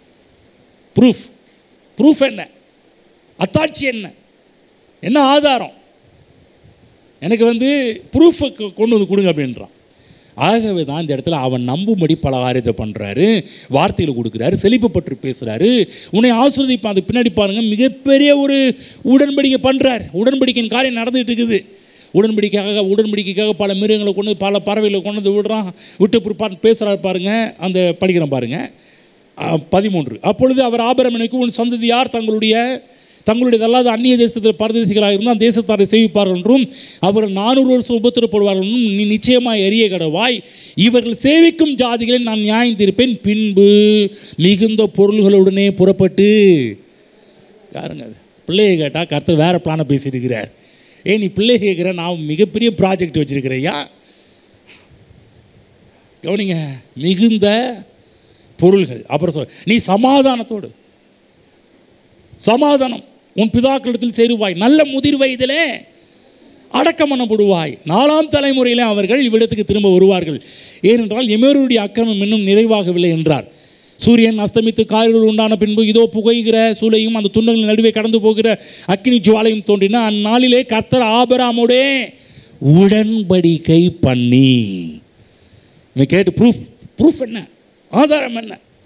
உடன்படிக்கை பண்ணி எகிப்தின் நதி துவங்கி ஐபிராத் நதி என்னும் பெரிய நதி மட்டும் 21 எமோரியரும் கானானியரும் கிர்காசியரும் எபூசியரும் என்பவர்கள் இருக்கிறதுமான இந்த தேசத்தை உன் சந்ததிக்கு கொடுத்தேன் என்றார். ஒரு பிள்ளையை கேட்டவனுக்கு என்னென்னலாம் பேசிட்டு, நிறைய ஆஃபர்லாம் பேசிட்டு, நிறைய ஆசீர்வாதங்கள்லாம் பேசிட்டு, பல தலைமுறைகள் 4 தலைமுறை வரையில் போயிட்டார். 4 தலைமுறை போயிட்டு யோசேப்பின் சந்ததியில் போயிட்டு அங்கிருந்து 5ஆம் தலைமுறை அடுத்த தலைமுறையில் இவங்க எப்படி மிகுந்த பொருள்களும் அவங்க கிளம்பி வருவார்கள் என்பதை பற்றி பேசுகிறார். சொல்கிறாரு, உன்னை ஓட்டாண்டியே விட மாட்டேயா, உனக்கு பிள்ளை மட்டும் இல்லை ஏராளமான செல்வ செழிப்பையும் கொடுப்பேன். எல்லாவற்றையும் எப்படி செஞ்சார்? உடன்படிக்கை. ஆகுது உடன்படிக்கை நினைக்கணும், உடன்படிக்கை கனம் பண்ணணும். இன்றைக்கு கடவுள் நம்மை ஆசீர்வதிப்பதற்கு முக்கியமான ஒரு காரியமே உடன்படிக்கை தான். உடன்படிக்கை பற்றி தான் வேதம் முழுக்க போதிக்கின்றது. இந்த வேத புத்தகத்துக்கு பேரே உடன்படிக்கையின் covenant book. New testament, old testament and new testament. Testament என்று சொன்னாலே உடன்படிக்கை. பாருங்கள், இந்த உடன்படிக்கை எப்படி ஆரம்பத்தில் ஆரம்பிக்குது. காயின் ஆபேல் விஷயத்துக்கு போவோம். காயின் ஆபேல் விஷயத்தில் கூட தேவன்கிட்ட வர வேண்டும் என்றால் எதின் அடிப்படையில் தேவன்கிட்ட வரணும் என்று சொல்லி அங்கே அவர்களுக்கு ஆதாம் போதிச்சு வச்சிருக்கிறார். நீங்கள் நினைக்கலாம், ஆதாமுக்கு யாருப்பா போதிச்சா? ஆதாமுக்கு யார் போதிச்சா? கர்த்தர் போதிச்சார். மனுஷன் பாவம் செஞ்ச உடனே அவன் தோட்டத்தில் போய் ஓடி போய் ஒளிந்து கொள்கிறான். அப்போ கர்த்தர், நீ எங்கே இருக்கிற ஆதாம், நீ எங்கே இருக்கிற? இந்த மாதிரி ஒளிஞ்சிட்டு இருக்கிற ஆண்டவர் கேட்குறாரு. சரிப்பா, நான் சொன்ன அதற்கன் பயந்து ஒளிந்து கொண்டு, அப்பொழுது நீ நிர்வாணி என்று உனக்கு அறிவித்தவன் யார்? புசிக்க வேண்டாம் என்று நான் உனக்கு விலைக்கின விருட்சத்தின் நீயே புசித்தாயோ? கீழே தான் கேட்டுட்டு வர்றாரு. கடைசியில் ஆமாண்டவர் இப்படி நடந்துருச்சு அப்படி நடந்துருச்சுன்னு சொல்கிறாரு. கடைசியில் இந்த ஆதாம் ஏவாள் தேவன்கிட்ட வர்றதுக்கு தேவன் ஒரு பிளான் பண்ணார். என்ன பண்ணார் என்றால் 21, தேவனாகிய கர்த்தர் ஆதாமுக்கும் அவன் மனைவிக்கும் தோல் உடைகளை உண்டாக்கி அவர்களுக்கு கொடுத்தார். தோல் உடையை உண்டாக்குறதுக்கு முன்னாடி ஒரு மிருகம் அங்கே அடிக்கப்பட்டது. தோல் எப்படி கிடைக்கும்? ஒரு மிருகத்திலும் தோல் அப்படியே மிருகம் அவன் இன்றைக்கி ஆட்டில் உயிரோடு இருக்கும்போது அப்படியே மயிர் கத்தரிச்சிட்டு அப்புறம் அதுலேருந்து சில கம்பளிலாம் பண்ணுற மாதிரி இதை பண்ணி கொடுத்தாரா? தோல் உடை. இது கம்பளி உடை, முடி உடைய அல்ல, தோல் உடை. கவனிக்கணும், தோல் உடை. தோல் உடைக்கு கண்டிப்பாக ஒரு மிருகம் அடிக்கப்பட வேண்டும். கடவுள் கர்த்தர் அங்கு ஆதாமு கற்றுக் கொடுக்குறார். நீ இப்போ என்கிட்ட வரணும்னா அங்கு உனக்காக ஒரு மிருகம் அடிக்கப்படணும், ரத்தம் சிந்தப்படணும், ரத்தத்தினால தான் நீ என்கிட்ட வர முடியும் என்கின்ற ஒரு மிகப்பெரிய ஒரு சத்தியத்தை ஆதாமுக்கு தேவன் வெளிப்படுத்துகிறாரு. இப்போ காயின் ஆபேல் விஷயத்திலும் அப்படி தான். 4ஆம் அதிகாரம் போவோம்.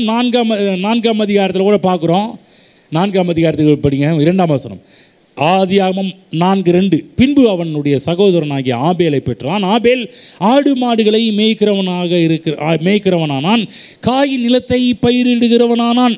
சில நாள் சென்ற பின்பு காயின் நிலத்தின் கனிகளை கர்த்தருக்கு காணிக்கையாக கொண்டு வந்தான். காயினுடைய காணிக்கை நிலத்தின் கனிகள். அப்புறம் ஆபேலும் தன் மந்தையின் தலையீற்றுகளையும் அவைகளின் கொழுமையானவைகளின் சிலவற்றையும் கொண்டு வந்தான். ஆபேலையும் அவன் காணிக்கையும் கர்த்தர் அங்கீகரித்தார். காயினையும் அவன் காணிக்கையும் அவர் அங்கீகரிக்கவில்லை. அப்பொழுது அவனுக்கு காயினுக்கு மிகுந்த எரிச்சல் உண்டாகி அவன் முகநாடி வேறுபட்டது. பாருங்கள், ஏன் இந்த இடத்துல ஆபேலுடைய காணிக்கை அங்கீகரிக்கப்பட்டதாக இருந்தது என்றால் முக்கியமான ஒரு காரியமே என்னன்னா உடன்படிக்கை. ஆதாமோடு கர்த்தர் பண்ணின உடன்படிக்கை, இரத்த உடன்படிக்கை. இரத்த உடன்படிக்கை பண்ணிடுறது மட்டுமல்ல, தோலினால் உடை பண்ணி அவனுக்கு அந்த ட்ரெஸ்ஸையும் அவனுக்கு கொடுக்கறத பார்க்குறோம்.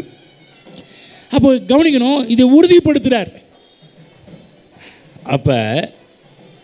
இப்போ ஆபிரகாமுக்கு இருக்கிற ஒரு கேள்வி என்னன்னா, கர்த்தர் எனக்கு செய்வாரா? கர்த்தர் என்னை ஆசீர்வதிப்பாரா? கர்த்தர் எனக்கு ஒரு பிள்ளையை கொடுப்பாரா அப்படின்னு சொல்லி ஆபிரகாம் கர்த்தரை கேட்டதுக்கு ஆபிரகாம் என்ன பண்ணுறாருன்னா, நீ ப்ரூஃப் கேட்டியல்ல, ப்ரூஃபை நான் உனக்கு கொடுக்குறேன், நீ எதை வச்சா நம்புவேன்னு அவருக்கு தெரியும். இரத்தத்தின் மூலமாக, ஏன்னா ஆரம்பத்தில் இரத்தத்தை பற்றி ஆபிரகாமுக்கும் உரைக்கப்பட்டிருக்கிறது. இரத்தத்தினால் உண்டான மகிமை பற்றி ஆபிரகாமும் தெரிஞ்சிருக்குது. ஆகதான் இதனால்தான் மக்கள் நம்பக்கூடிய ஒரு விஷயத்தை அந்த காலத்தில் பண்ணிகிட்டு இருந்தாங்க. நீ எதை நம்பினியோ அதையே நான் பண்ணுறேன், இரத்த உடன்படிக்கை பண்ணி அங்கு அவன் கேட்ட எல்லா காரியத்தையும் அவனுக்கு வாக்கு பண்ணுறார். இப்போ நான் சொல்கிறேன், உங்கள் வாழ்க்கையில் கூட பல கேள்விகள் இருக்கலாம். இது எப்படி முடியும்? என் வாழ்க்கையில் கடவுள் என்னை ஆசீர்வதிப்பாரா? என் நிலைமையை ஆசீர்வதிப்பாரா? என் நிலைமையை மாற்றுவாரா? இல்லை நான் இந்த இருக்கிற நிலைமை இதே நிலைமையெல்லாம் இருந்து செத்து போகணுமா? நிறைய பேர்லாம் பாருங்கள், ஒன்றுத்தையும் அனுபவிக்காமல் செத்து போகிற ஆட்கள்லாம் இருக்கிறாங்கல்ல, ஒன்றுத்தையும் இந்த உலகத்தில் வாழாமலே போகிற ஆட்கள்லாம் இருக்கிறாங்கல்ல. நான் என் வாழ்க்கை அப்படி தானா அப்படின்னு நீங்கள் ஒருவேளை கேட்பீங்கன்னா, நான் சொல்கிறேன், அதற்கு முடியும். உங்களை கர்த்தரால் வாழ வைக்க முடியும். எது நிமித்தமாக? உடன்படிக்கை நிமித்தமாக. கல்வாரி சிலுவை நோக்கி பாருங்கள். ஆபேலின் ரத்தம் அன்றைக்கு பேசுனது அது தப்பானது பேசுச்சு. ஆனால் இயேசு கிறிஸ்துவின் ரத்தம் தப்பானதல்ல, நன்மையானவைகளை பேசுகின்ற தெளிக்கப்படும் ரத்தத்திற்கு நீங்கள் வந்து சேர்ந்தீர்கள். நல்லா புரிஞ்சுக்கணும். கர்த்தர் சொல்கிற சபையை பார்த்து, சபை இன்னைக்கு எதுக்குள்ளே இருக்குதுன்னா உடன்படிக்கைக்குள்ளே இருக்குது. உடன்படிக்கையில் இருக்கின்ற முக்கியமான ஒரு அம்சம் என்ன? இயேசு கிறிஸ்துவின் ரத்தம். அப்போ இயேசு கிறிஸ்துவின் ரத்தத்துக்கு உட்பட்டதாக சபை இருக்கின்றது. 1ஆம் அதிகாரம் எபேசியர் போவோம். எபேசியர் 1ஆம் அதிகாரம் 19ஆம் வசனம். ஆகவே இதெல்லாம் நம்ம புரிந்து கொள்வதற்காக தான் அப்போஸ்தலனாகிய பவுல் என்ன பண்ணுறாருன்னா ஜெபம் பண்ணுறார். 1:19ஆம் வசனம். தாம் கிறிஸ்துவை மரித்தோரிலிருந்து எழுப்பி அவரிடத்தில் நடப்பித்த தமது பலத்த சத்துவத்தின் வல்லமையின்படியே விசுவாசிக்கிறவர்களாகிய நம்மிடத்தில் காண்பிக்கும் தம்முடைய வல்லமையின் மகாமென்மையான மகத்துவம் என்னதென்றும் நீங்கள் அறியும்படிக்கு அவர் உங்களுக்கு பிரகாசம் உள்ள மனக்கண்களை கொடுக்க வேண்டும் என்று வேண்டிக் கொள்கிறேன். போல் ஜெபம் பண்ணுறார். எதுக்காக ஜெபம் பண்ணுறாரு? அவரிடம் வல்லமை இருக்கிறது அப்படி மட்டும் கிடையாது, அந்த வல்லமையை நம்மிடத்தில் காண்பிக்கும் பொருட்டு. திரும்ப இதுக்கு நல்லா கவனமாக கேளுங்க, ஷார்ட்டாக சொல்கிறேன். பவுல் எதுக்காக ஜெபம் பண்ணுறாரு? அவருக்கு வல்லமை இருக்குதுன்றது நீங்கள் தெரிஞ்சுக்கிறதுக்கு மட்டும் இல்லை, அவரால் முடியுமா, அவரால் ஆகுமா. நான் இப்போ உங்களை பார்த்து கேட்குறேன், கர்த்தரால் ஆகுமா, கர்த்தரால் முடியுமா, கர்த்தரால் கூடுமா? முடியும் இல்லை. இப்போ பவுல் இதுக்காக ஜெபம் பண்ணுறாருன்னா அவரால் முடியும் என்று விசுவாசிக்கிறீங்களேப்பா, இதுக்கு உன் கண்ணு கிளியராக ஓப்பன் ஆயிடுச்சு. அவரால் முடியும்னு விசுவாசிக்கிறீங்கள, கர்த்தர் சொல்லதா இப்போ அவரால் முடியும் என்பது என்னென்னா உன் வாழ்க்கையிலே கர்த்தர் அந்த வல்லமையை விளங்க பண்ணுவார். உன் வாழ்க்கையில் கர்த்தர் அந்த அற்புதங்களை பண்ணுவார், அதிசயங்களை பண்ணுவார் என்பதை நீ அவர்கிட்ட வல்லம் இருக்குன்னு விசுவாசிக்கிற, அது உன் வாழ்க்கையிலையும் அவரால் செய்ய முடியும் என்பதை விசுவாசிக்கக்கூடிய மனக்கண்கள் நமக்கு திறக்கப்பட வேண்டும். அவரால் முடியும் என்று விசுவாசிக்கிறோம், நல்லது. இப்போ இன்னொரு மனக்கண் எனக்கு என்ன ஓப்பன் ஆகணும்னா, எனக்கு என்ன கண்கள் திறக்கப்படும்? அவர்கிட்ட வல்லம் இருக்குது, ஆனால் அந்த வல்லமை என்னுடைய வாழ்க்கையில் விளங்க பண்ணும்படி அந்த வல்லமையை தம்மிடத்தில் காண்பிக்கும் பொருட்டு, ஏன்ட்ட காண்பிக்கும் பொருட்டு. ஆமென். அப்போ பாருங்கள், இதை அறிந்து கொள்ள மனக்கண்கள் திறக்கப்பட வேண்டும். ஜெபம் பண்ணுறார். எபேசியர் 3ஆம் அதிகாரம் 19-20 படிக்கிறார். எபேசியர் 3:19-20. 3:19-20. அறிவிக்கட்டாத அந்த அன்பை அறிந்து கொள்ள வல்லவர்களாகவும் தேவனுடைய சகல பரிபூர்ணத்தால் நிறையப்படவும் அவர் தமது மகிமையினுடைய ஐஸ்வரியத்தின்படியே உங்களுக்கு அனுக்கிரகம் பண்ண வேண்டும் என்று வேண்டிக் கொள்கிறேன். நாம் வேண்டிக் கொள்கிறதற்கும் நினைக்கிறதுக்கும் மிகவும் அதிகமாய் நமக்குள்ளே கிரியை செய்கிற வல்லமையின்படியே நமக்கு செய்ய வல்லவராகிய அவருக்கு 1ஆம் அதிகாரத்தில் அவருக்கு வல்லமை இருக்குது நம்ம இடத்துல காண்பிக்கும் பொருட்டுன்னு சொன்னாலும், இங்கே 3ஆம் அதிகாரத்தில் என்ன பண்ணுறாருன்னா அவர்கிட்ட வல்லமை இருக்குது, ஆனால் அவர் வல்லவர் தான், அவர் நல்லவர் தான், ஆனால் அவர் உனக்கு செய்வார். பைபிளில் போடப்பட்டிருக்குது நமக்குள் கிரியை செய்கிற வல்லமையின்படியே. சொல்லுங்கள், கர்த்தர்கிட்ட வல்லமை இருக்குது, அதை நான் விசுவாசிக்கின்றேன். கவனமாக கேளுங்க. இப்போ சொல்லுங்கள், அந்த வல்லமை இப்போ எனக்குள் கிரியை செய்கிறது. கவனிச்சுக்கலாம், முக்கியமான விஷயங்க. அந்த இப்போ 2 பக்கத்தை கையில் வச்சுக்கிட்டு 19ஆம் வசனம் போங்க, 1:19 போங்க. அந்த வல்லமை எப்படிப்பட்டது? அந்த வல்லமை எப்படிப்பட்டது? கடவுளுக்கு இருக்கக்கூடிய ஒரு வல்லமையில் மிகப்பெரிய ஒரு வல்லமையை பற்றி இங்கே பவுல் போதிக்கிறாரு. சொல்லுங்கள், தாம் கிறிஸ்துவை மரித்தோரிலிருந்து எழுப்பி, ஹலோ, மரித்த ஒரு காரியத்தை எழுப்பக்கூடிய ஒரு வல்லமை, மரித்தோரிலிருந்து எழுப்பி அவரிடத்தில் நடப்பித்த தமது பலத்த சத்துவத்தின் வல்லமைப்படியே. அப்போ ஒரு வல்லமை என்ன? நமக்கு அவருடைய வல்லமை என்ன? மரித்த கிறிஸ்துவை எப்படி உயிரோடு எழுப்பின வல்லமை. இப்போ சொல்கிறாரு, இப்போ அந்த வல்லமை எங்கே இருக்குது அப்படின்னா 3:20 படிக்கிறாரு. சொல்கிறாரு, நாம் வேண்டிக் கொள்கிறதுக்கும் நினைப்பதற்கும் மிகவும் அதிகமாய் நமக்குள்ளே கிரியை செய்கிற வல்லமையின்படியே நமக்கு செய்ய வல்லவராகிய அவருக்கு சபையிலே கிறிஸ்து இயேசுவின் மூலமாய் தலைமுறைக்கும் சதா காலங்களிலும் மகிமை உண்டாவதாக. ஆமென். புரியுதுங்களா? வல்லமை இருக்கிறது மட்டும் கிடையாது. இப்போ என்ன சொல்கிறாருன்னா அந்த வல்லமை இப்போ யாருக்குள்ளே இருக்குது? உனக்குள்ளே இருக்குது அப்படின்றார். ஆமென். சபைக்குள்ளே இருக்குது. அப்போ நீங்கள் வேண்டிக் கொள்வதற்கும் நினைப்பதற்கும் மிகவும் அதிகமாக செய்வார். எப்படி செய்வார்? எப்படி? இது ப்ரூஃப் என்ன? இதுக்கு அத்தாட்சி என்ன? அந்த வல்லமை இப்போ வேறு எங்கேயும், அந்த வல்லமை இப்போ உனக்குள்ளே தான் இருக்குது. சொல்லுங்கள் பார்க்கறதுல, அந்த வல்லமை உங்களுக்குள்ளே இருக்குதுங்க. அந்த ஆற்றல் உங்களுக்குள்ளே இருக்குது, அந்த சக்தி உங்களுக்குள்ளே இருக்கிறது. ஆமென். பாருங்கள், இன்னொரு வசனம் போயிட்டு வருவோம் பாருங்கள். 2 கொரிந்தியர் போங்க, 8ஆம் அதிகாரம் போங்க. 2 கொரிந்தியர் 8ஆம் அதிகாரம். கடவுள் நம்முடைய வாழ்க்கையில் என்ன பண்ண விரும்புகிறார்? எல்லாவற்றிலையும் படிங்க. 2:8-9 படிக்கிறேன். மேலும் நீங்கள் எல்லாவற்றிலும் எப்பொழுதும் சம்பூர்ணமுடையவர்களாயும் சகலவித நற்கிரியைகளும் பெருகிறவர்களாயும் இருக்கும்படியாக தேவன் உங்களிடத்தில், யாரிடத்தில் சொல்லுங்க? உங்களிடத்தில் சொல்லுங்க, என்னிடத்தில். என்ன சொல்றாரு? உங்களிடத்தில் சகலவித கிருபையையும் பெருக செய்ய வல்லவராய் இருக்கிறார். சகலவித கிருபையும் உங்களிடத்தில், உங்களிடத்தில், என்னிடத்தில், எனக்குள், என்னிடத்தில் சகலவித கிருபையையும் பெருக செய்ய வல்லவராக இருக்கிறார். கவனிங்க, இதெல்லாம் மனதில் கொண்டு போய் வைக்கணும். என்ன பண்ணுறாரு? நீங்கள் எல்லாவற்றிலும் எப்பொழுதும் சம்பூர்ணம் சொல்லுங்கள். எல்லாவற்றிலையும் எப்பொழுதும் நான் சம்பூர்ணம் அடைய வேண்டும். ஆமென். புரியுதுங்களா? இது எல்லாம் தேவன் விரும்புகிறார். நம்ம இப்படி தான் இருக்க வேண்டும் என்று விரும்புகிறார். அதற்காக நம்மிடத்தில் மிகப்பெரிய வல்லமையை காண்பிக்க வேண்டும் என்று கர்த்தர் விரும்புகிறார். படிப்போம் திரும்ப. அப்போ பாருங்கள், இந்த கர்த்தர் நல்லவர் என்பது மட்டுமல்ல, அவர் வல்லவர் என்பதும் எல்லா இடத்துலையும் சொல்லப்பட்டுக்கிட்டே வருது. அவர் வல்லமையான காரியங்களை கர்த்தர் நம்முடைய வாழ்க்கையில் செய்கின்றார். திரும்ப ஆதியாகமம் 4 போவோம். இயேசுக்கு இந்த ஆபேலின் ரத்தம் என்ன பண்ணுச்சு அப்படின்றத பற்றி பார்ப்போம். இப்போ நமக்குள்ளே இதே வல்லமை இருக்கிறது. 4ஆம் அதிகாரம் 4ஆம் வசனம் படிக்கிறேன். ஆபேலையும் தன் மந்தையின் தலையீட்டுகள் அவைகள் கொழுமையானவர்களை செலவற்றி கொண்டு வந்தான். ஆபேலையும் அவன் காணிக்கையும் கர்த்தர் அங்கீகரித்தார். காயினையும் அவன் காணிக்கையையும் அவர் அங்கீகரிக்கவில்லை. அப்பொழுது காயினுக்கு மிகவும் எரிச்சல் உண்டாகி அவன் முகநாடி வேறுபட்டது. அப்பொழுது கர்த்தர் காயினை நோக்கி, உனக்கு ஏன் எரிச்சல் உண்டாயிற்று? உன் முகநாடி ஏன் வேறுபட்டது? நீ நன்மை செய்தால் மேன்மை இல்லையோ? நீ நன்மை செய்யாதிருந்தால் பாவம் வாசற்படியில் படுத்திருக்கும். அவன் ஆசை உன்னை பற்றி இருக்கும். நீ அவனை ஆண்டு கொள்வாய் என்றார். காயின் தன் சகோதரனாகிய ஆபேலோடு பேசினான். அவர்கள் வயல்வெளியில் இருக்கும்போது சமயத்தில் காயின் தன் சகோதரனாகிய ஆபேலுக்கு விரோதமாக எழும்பி அவனை கொலை செய்தான். கர்த்தர் காயினை நோக்கி, உன் சகோதரனாகிய ஆபேல் எங்கே என்றார். அதற்கு அவன், நான் அறியேன், என் சகோதரனுக்கு நான் என்ன காவலாளியோ என்றான். அதற்கு அவர், என்ன செய்தாய்? உன் சகோதரனுடைய இரத்தத்தின் சத்தம் பூமியிலிருந்து என்னை நோக்கி கூப்பிடுகிறது. சொல்லுங்க, இரத்தத்தின் சத்தம்.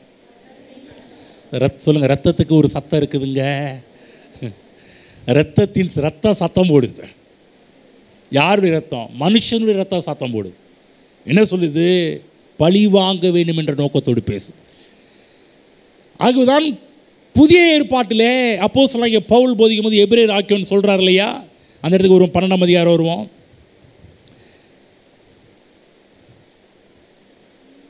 12ஆம் அதிகாரம் 24. புதிய உடன்படிக்கையின் மத்தியஸ்தராகிய இயேசுவின் இடத்திற்கும் ஆபேலுடைய ரத்தம் பேசுகிறதை பார்க்கலும் நன்மையானவர்களை பேசுகிற ரத்தமாகிய தெளிக்கப்படும் ரத்தத்தினிடத்திற்கும் வந்து சேர்ந்தீர்கள்.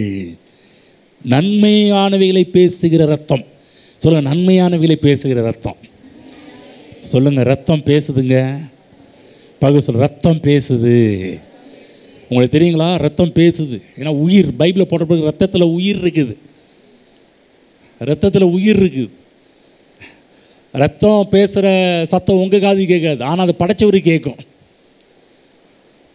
ஹலோ, உங்கள் ரத்தத்தின் சத்தம் கர்த்தருக்கு கேட்கும். ஆகதான் புதிய ஏற்பாட்டினுடைய சாராம்சமே ரத்தம் தான். இயேசு கிறிஸ்துவின் ரத்தம். இன்றைக்கும் இயேசு கிறிஸ்துவின் ரத்தம் நமக்காக பேசி கொண்டிருக்கிறது.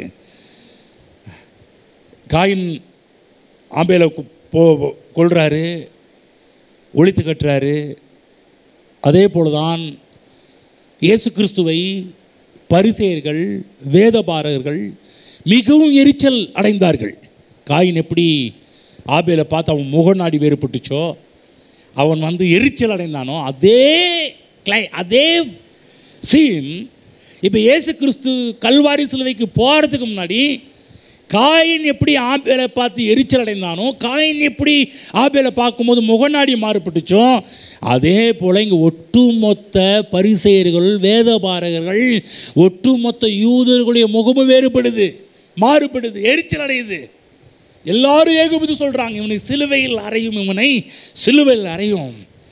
மதவாதிகள் இயேசுவின் மீது பொறாமை கொண்டு எரிச்சல் அடைந்து இயேசு கிறிஸ்துவை கொலை பண்ணுறாங்க. அன்றைக்கு எப்படி காயின் எரிச்சல் அடைந்து முகநாடி வேறுபட்டு ஆபேலை கொன்றானோ, அதே போல் இங்கு மதவாதிகள், பரிசேயர்கள், வேதபாரகர்கள், பிரதான ஆசாரியர்கள் முதற்கொண்டு எல்லாரும் சேர்ந்து அவங்க எரிச்சல் அடைந்து முகநாடி வேறுபட்டு இயேசு கிறிஸ்துவை கொலை செய்கிறாங்க. அங்கு ஆபேலின் ரத்தம் பேசுனுச்சு, இங்கே இயேசு கிறிஸ்துவின் ரத்தம் பேசுது. எபிரேயரில் என்ன சொல்கிறாருன்னா, ஆபேலுடைய ரத்தம் பேசுனதை பார்க்கிலும் நன்மையானவைகளை பேசுகிற ரத்தமாகிய தெளிக்கப்படும் இரத்தத்தினத்துக்கு வந்து சேர்ந்தீர்கள். நீங்கள் எங்கே வந்திருக்கிறீங்க? உங்களுக்காக நன்மையானவைகளை பேசுகின்ற இரத்தத்தினத்திற்கு வந்து சேர்ந்தீர்கள். நன்மையானவைகளை இயேசுவின் ரத்தம் இன்றைக்கும் பேசி கொண்டிருக்கிறது. என்னை பார்த்து, உங்களை பார்த்து இயேசு கிறிஸ்துவ நன்மைகளை பேசிட்டு இருக்குது. வெளிப்படுத்தல் புத்தகம் போவோம், 12ஆம் அதிகாரம் 11ஆம் வசனம் போவோம். வெளிப்படுத்தல் 12:11 எடுத்துக்கொள்வோம். அங்கிருந்து சில காரியத்தை பார்ப்போம். மரணம் நேரிடுகிறதா இருந்தாலும் அதற்கு தப்பும்படி தங்கள் ஜீவனையும் பாராமல் ஆட்டுக்குட்டியின் இரத்தத்தினாலும் தங்கள் சாட்சியின் வசனத்தினாலும் அவனை ஜெயித்தார்கள். ஆட்டுக்குட்டியின் இரத்தத்தினாலும் சாட்சியின் வசனத்தினாலும் அவனை ஜெயித்தார்கள். யாரை ஜெயித்தாங்க? பிசாசின் காரியங்களை ஜெயித்தார்கள். பிசாசின் சேட்டைகளை ஜெயிக்க ஆரம்பித்தாங்க. கவனமாக கேளுங்க. இது எப்படி படிக்கணும்னா, இயேசு கிறிஸ்துவின் ரத்தம் என்ன சொல்லுகின்றதோ அதை குறித்து சாட்சியின் வசனத்தினால் பிசாசை ஜெயித்தார்கள். ஆமென். இன்றைக்கு பிதாவிடத்தில் நமக்காக இயேசு கிறிஸ்துவின் ரத்தம் பரிந்து பேசி கொண்டிருக்கிறது.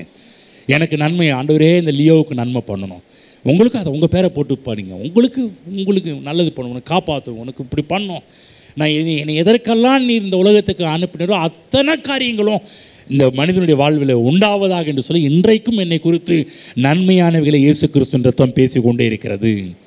ஆபேலின் ரத்தம் எதுக்கு பேசுனுச்சு? பழி வாங்கணும்னு பேசுனுச்சு. அவனை போட்டு சொல்லும், என்னை போட்டால அதே மாதிரி அவனை போடுறோம். ஆனால் இயேசு கிறிஸ்துவின் ரத்தம் அப்படி கிடையாது, நம்மை ஏற்றுக்கொள்ளும்படி பேசி கொண்டிருக்கிறது. ஆண்டவரே பிதாவே, இவர்களுக்கு மன்னியும், தாங்கள் செய்கிறது இன்னதென்று அறியாது இருக்கிறார்களே. ஆண்டவரே, இவனை வெறுத்துடாதீங்க, இவனை தள்ளிடாதீங்க, இவனை ஒதுக்கிடாதீங்க, இவனை கண்டிச்சிடாதீங்க, இவன் மேலே கோபமாயிடாதீங்க, இவன் மேலே கிருபையாயிரும், இரக்கமாயிரும், தயவாயிரும் என்று சொல்லி இயேசு கிறிஸ்துவின் ரத்தம் நம்மளை ஒதுக்கும்படி ஆண்டவர்கிட்ட கேட்கல, நம்ம ஏற்றுக்கொள்ளும்படி பேசி கொண்டிருக்கிறது. இயேசுவின் ரத்தம் பேசுனதை இன்றைக்கு நாமும் பேச வேண்டும். 1 யோவான் 2ஆம் அதிகாரம் போங்க. 1 யோவான் 2ஆம் அதிகாரம் போங்க. அங்கே பாருங்கள், ஒரு சில காரியத்தை படித்து காமிக்கிறேன். 1 யோவான் 2ஆம் அதிகாரம் முதல் ஒரு சில வசனங்கள். என் பிள்ளைகளே, நீங்கள் பாவம் செய்யாதபடிக்கு இவைகளை உங்களுக்கு எழுதுகிறேன்.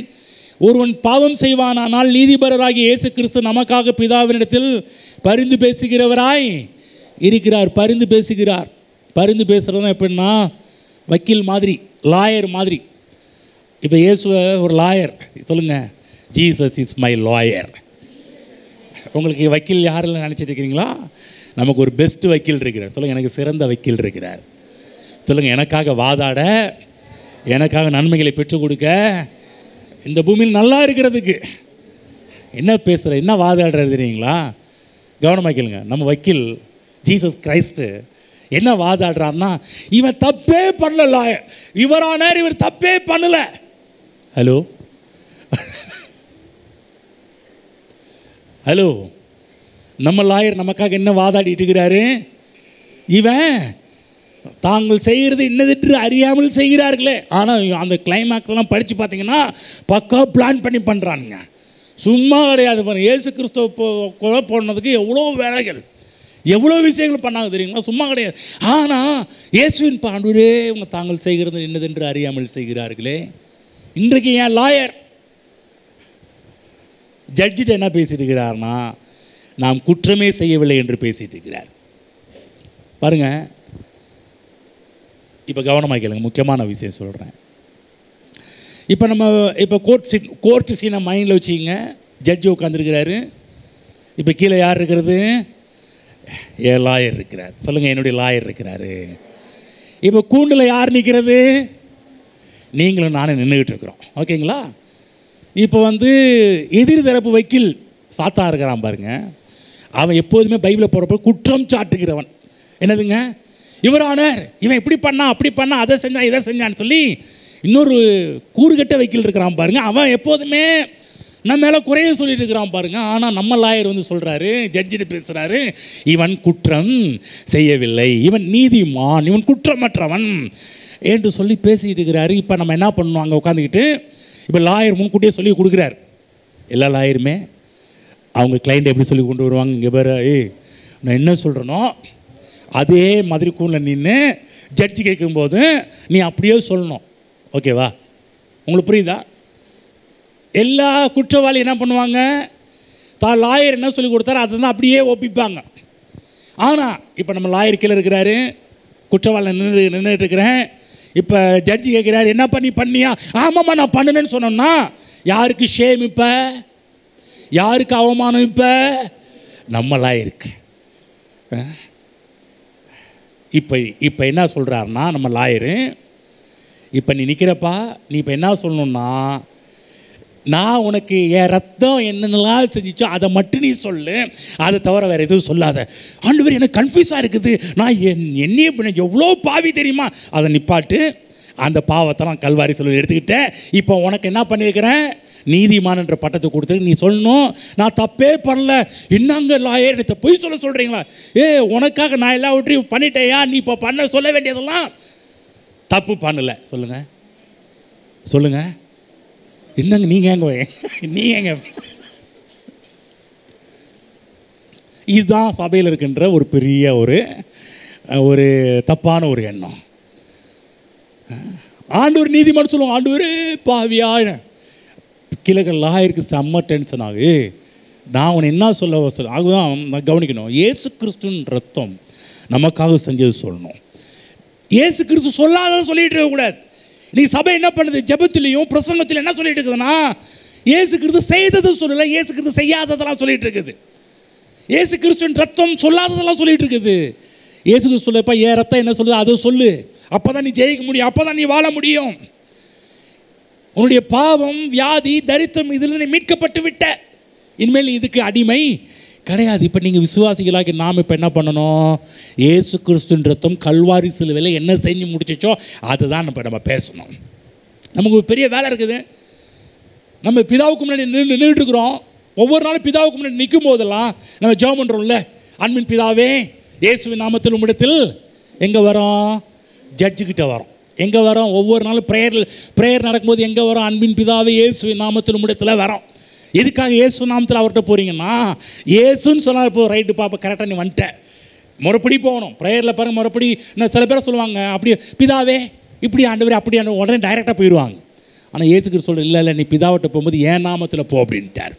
என் பேரில் போ, என் பேரில் போனால் தான்ப்பா உன் ப்ரேயர் கேட்கப்படும். நீ சும்மா வந்து அன்பின் பிதாவே நான் இதை கேட்குறேன் அதை கேட்குறேன், ஆவியானவர் இதை கேட்குறேன் அதை கேட்குறேன்னு வாங்க பாருங்க. இல்லை ப்ரொசீஜர் என்ன, ரூல்ஸ் என்ன, பிதாவே ஜட்ஜே, நீதிபதியே, நியாயாதிபதியே, பிதாவே, அன்பின் பிதாவே இயேசுவின் நாமத்தில் இடத்துல வரேன்னா என்ன அர்த்தம்னா, இப்போ இயேசு என்ற வார்த்தை கேட்டால் பிதாவுக்கு தெரியும், உனக்காக செலுத்த வேண்டிய எல்லாவற்றையும் என் பையன் கல்வாரி சிலுவையில் செஞ்சு முடிச்சுட்டாரு.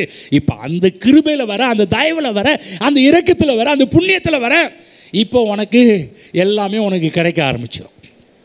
புரியுதுங்களா? அவங்க இன்றைக்கு கிறிஸ்தவங்க இதுக்கு மாறாக பேசிகிட்டு இருக்கிறாங்க. இயேசு கிறிஸ்துவின் ரத்தம் செய்ததற்கு எதிர்மாறாக பேசி கொண்டிருக்கிறார்கள். ஆகவே தான் நல்லா புரிஞ்சுக்கணும், பிசாசு நம்ம எப்போதுமே கீழே வைக்க வேண்டும் என்ற நோக்கத்தோடு அவன் உலகத்தில் செயல்பட்டு கொண்டிருக்கிறான். மீட்கப்பட்டவர்களாகிய நாம் கர்த்தராகிய இயேசு கிறிஸ்து கல்வாரி சிலுவையில் என்ன செஞ்சாரோ அதை பேசணும். ஆமென். ஆகவே பைபிளில் போடப்பட்டிருக்குது, நாம் நம்பிக்கையை அறிக்கையிடுவதில் உறுதியாக இருக்க வேண்டும் என்று பைபிள் எபிரேயர்னு சொல்கிறார். நீங்கள் அறிக்கை பண்ணுவதில் அசைவில்லாதவர்களாக இருங்க. உங்களுடைய அறிக்கையை விட்டு விடாதீர்கள், உங்கள் அறிக்கையை உறுதியாக பிடித்து கொண்டிருங்கள் என்றெல்லாம் நம்முடைய அறிக்கையை பற்றி விட்டுவிடக்கூடாது என்பதெல்லாம் பற்றி பேசுகிறேன். என்ன அறிக்கை? நான்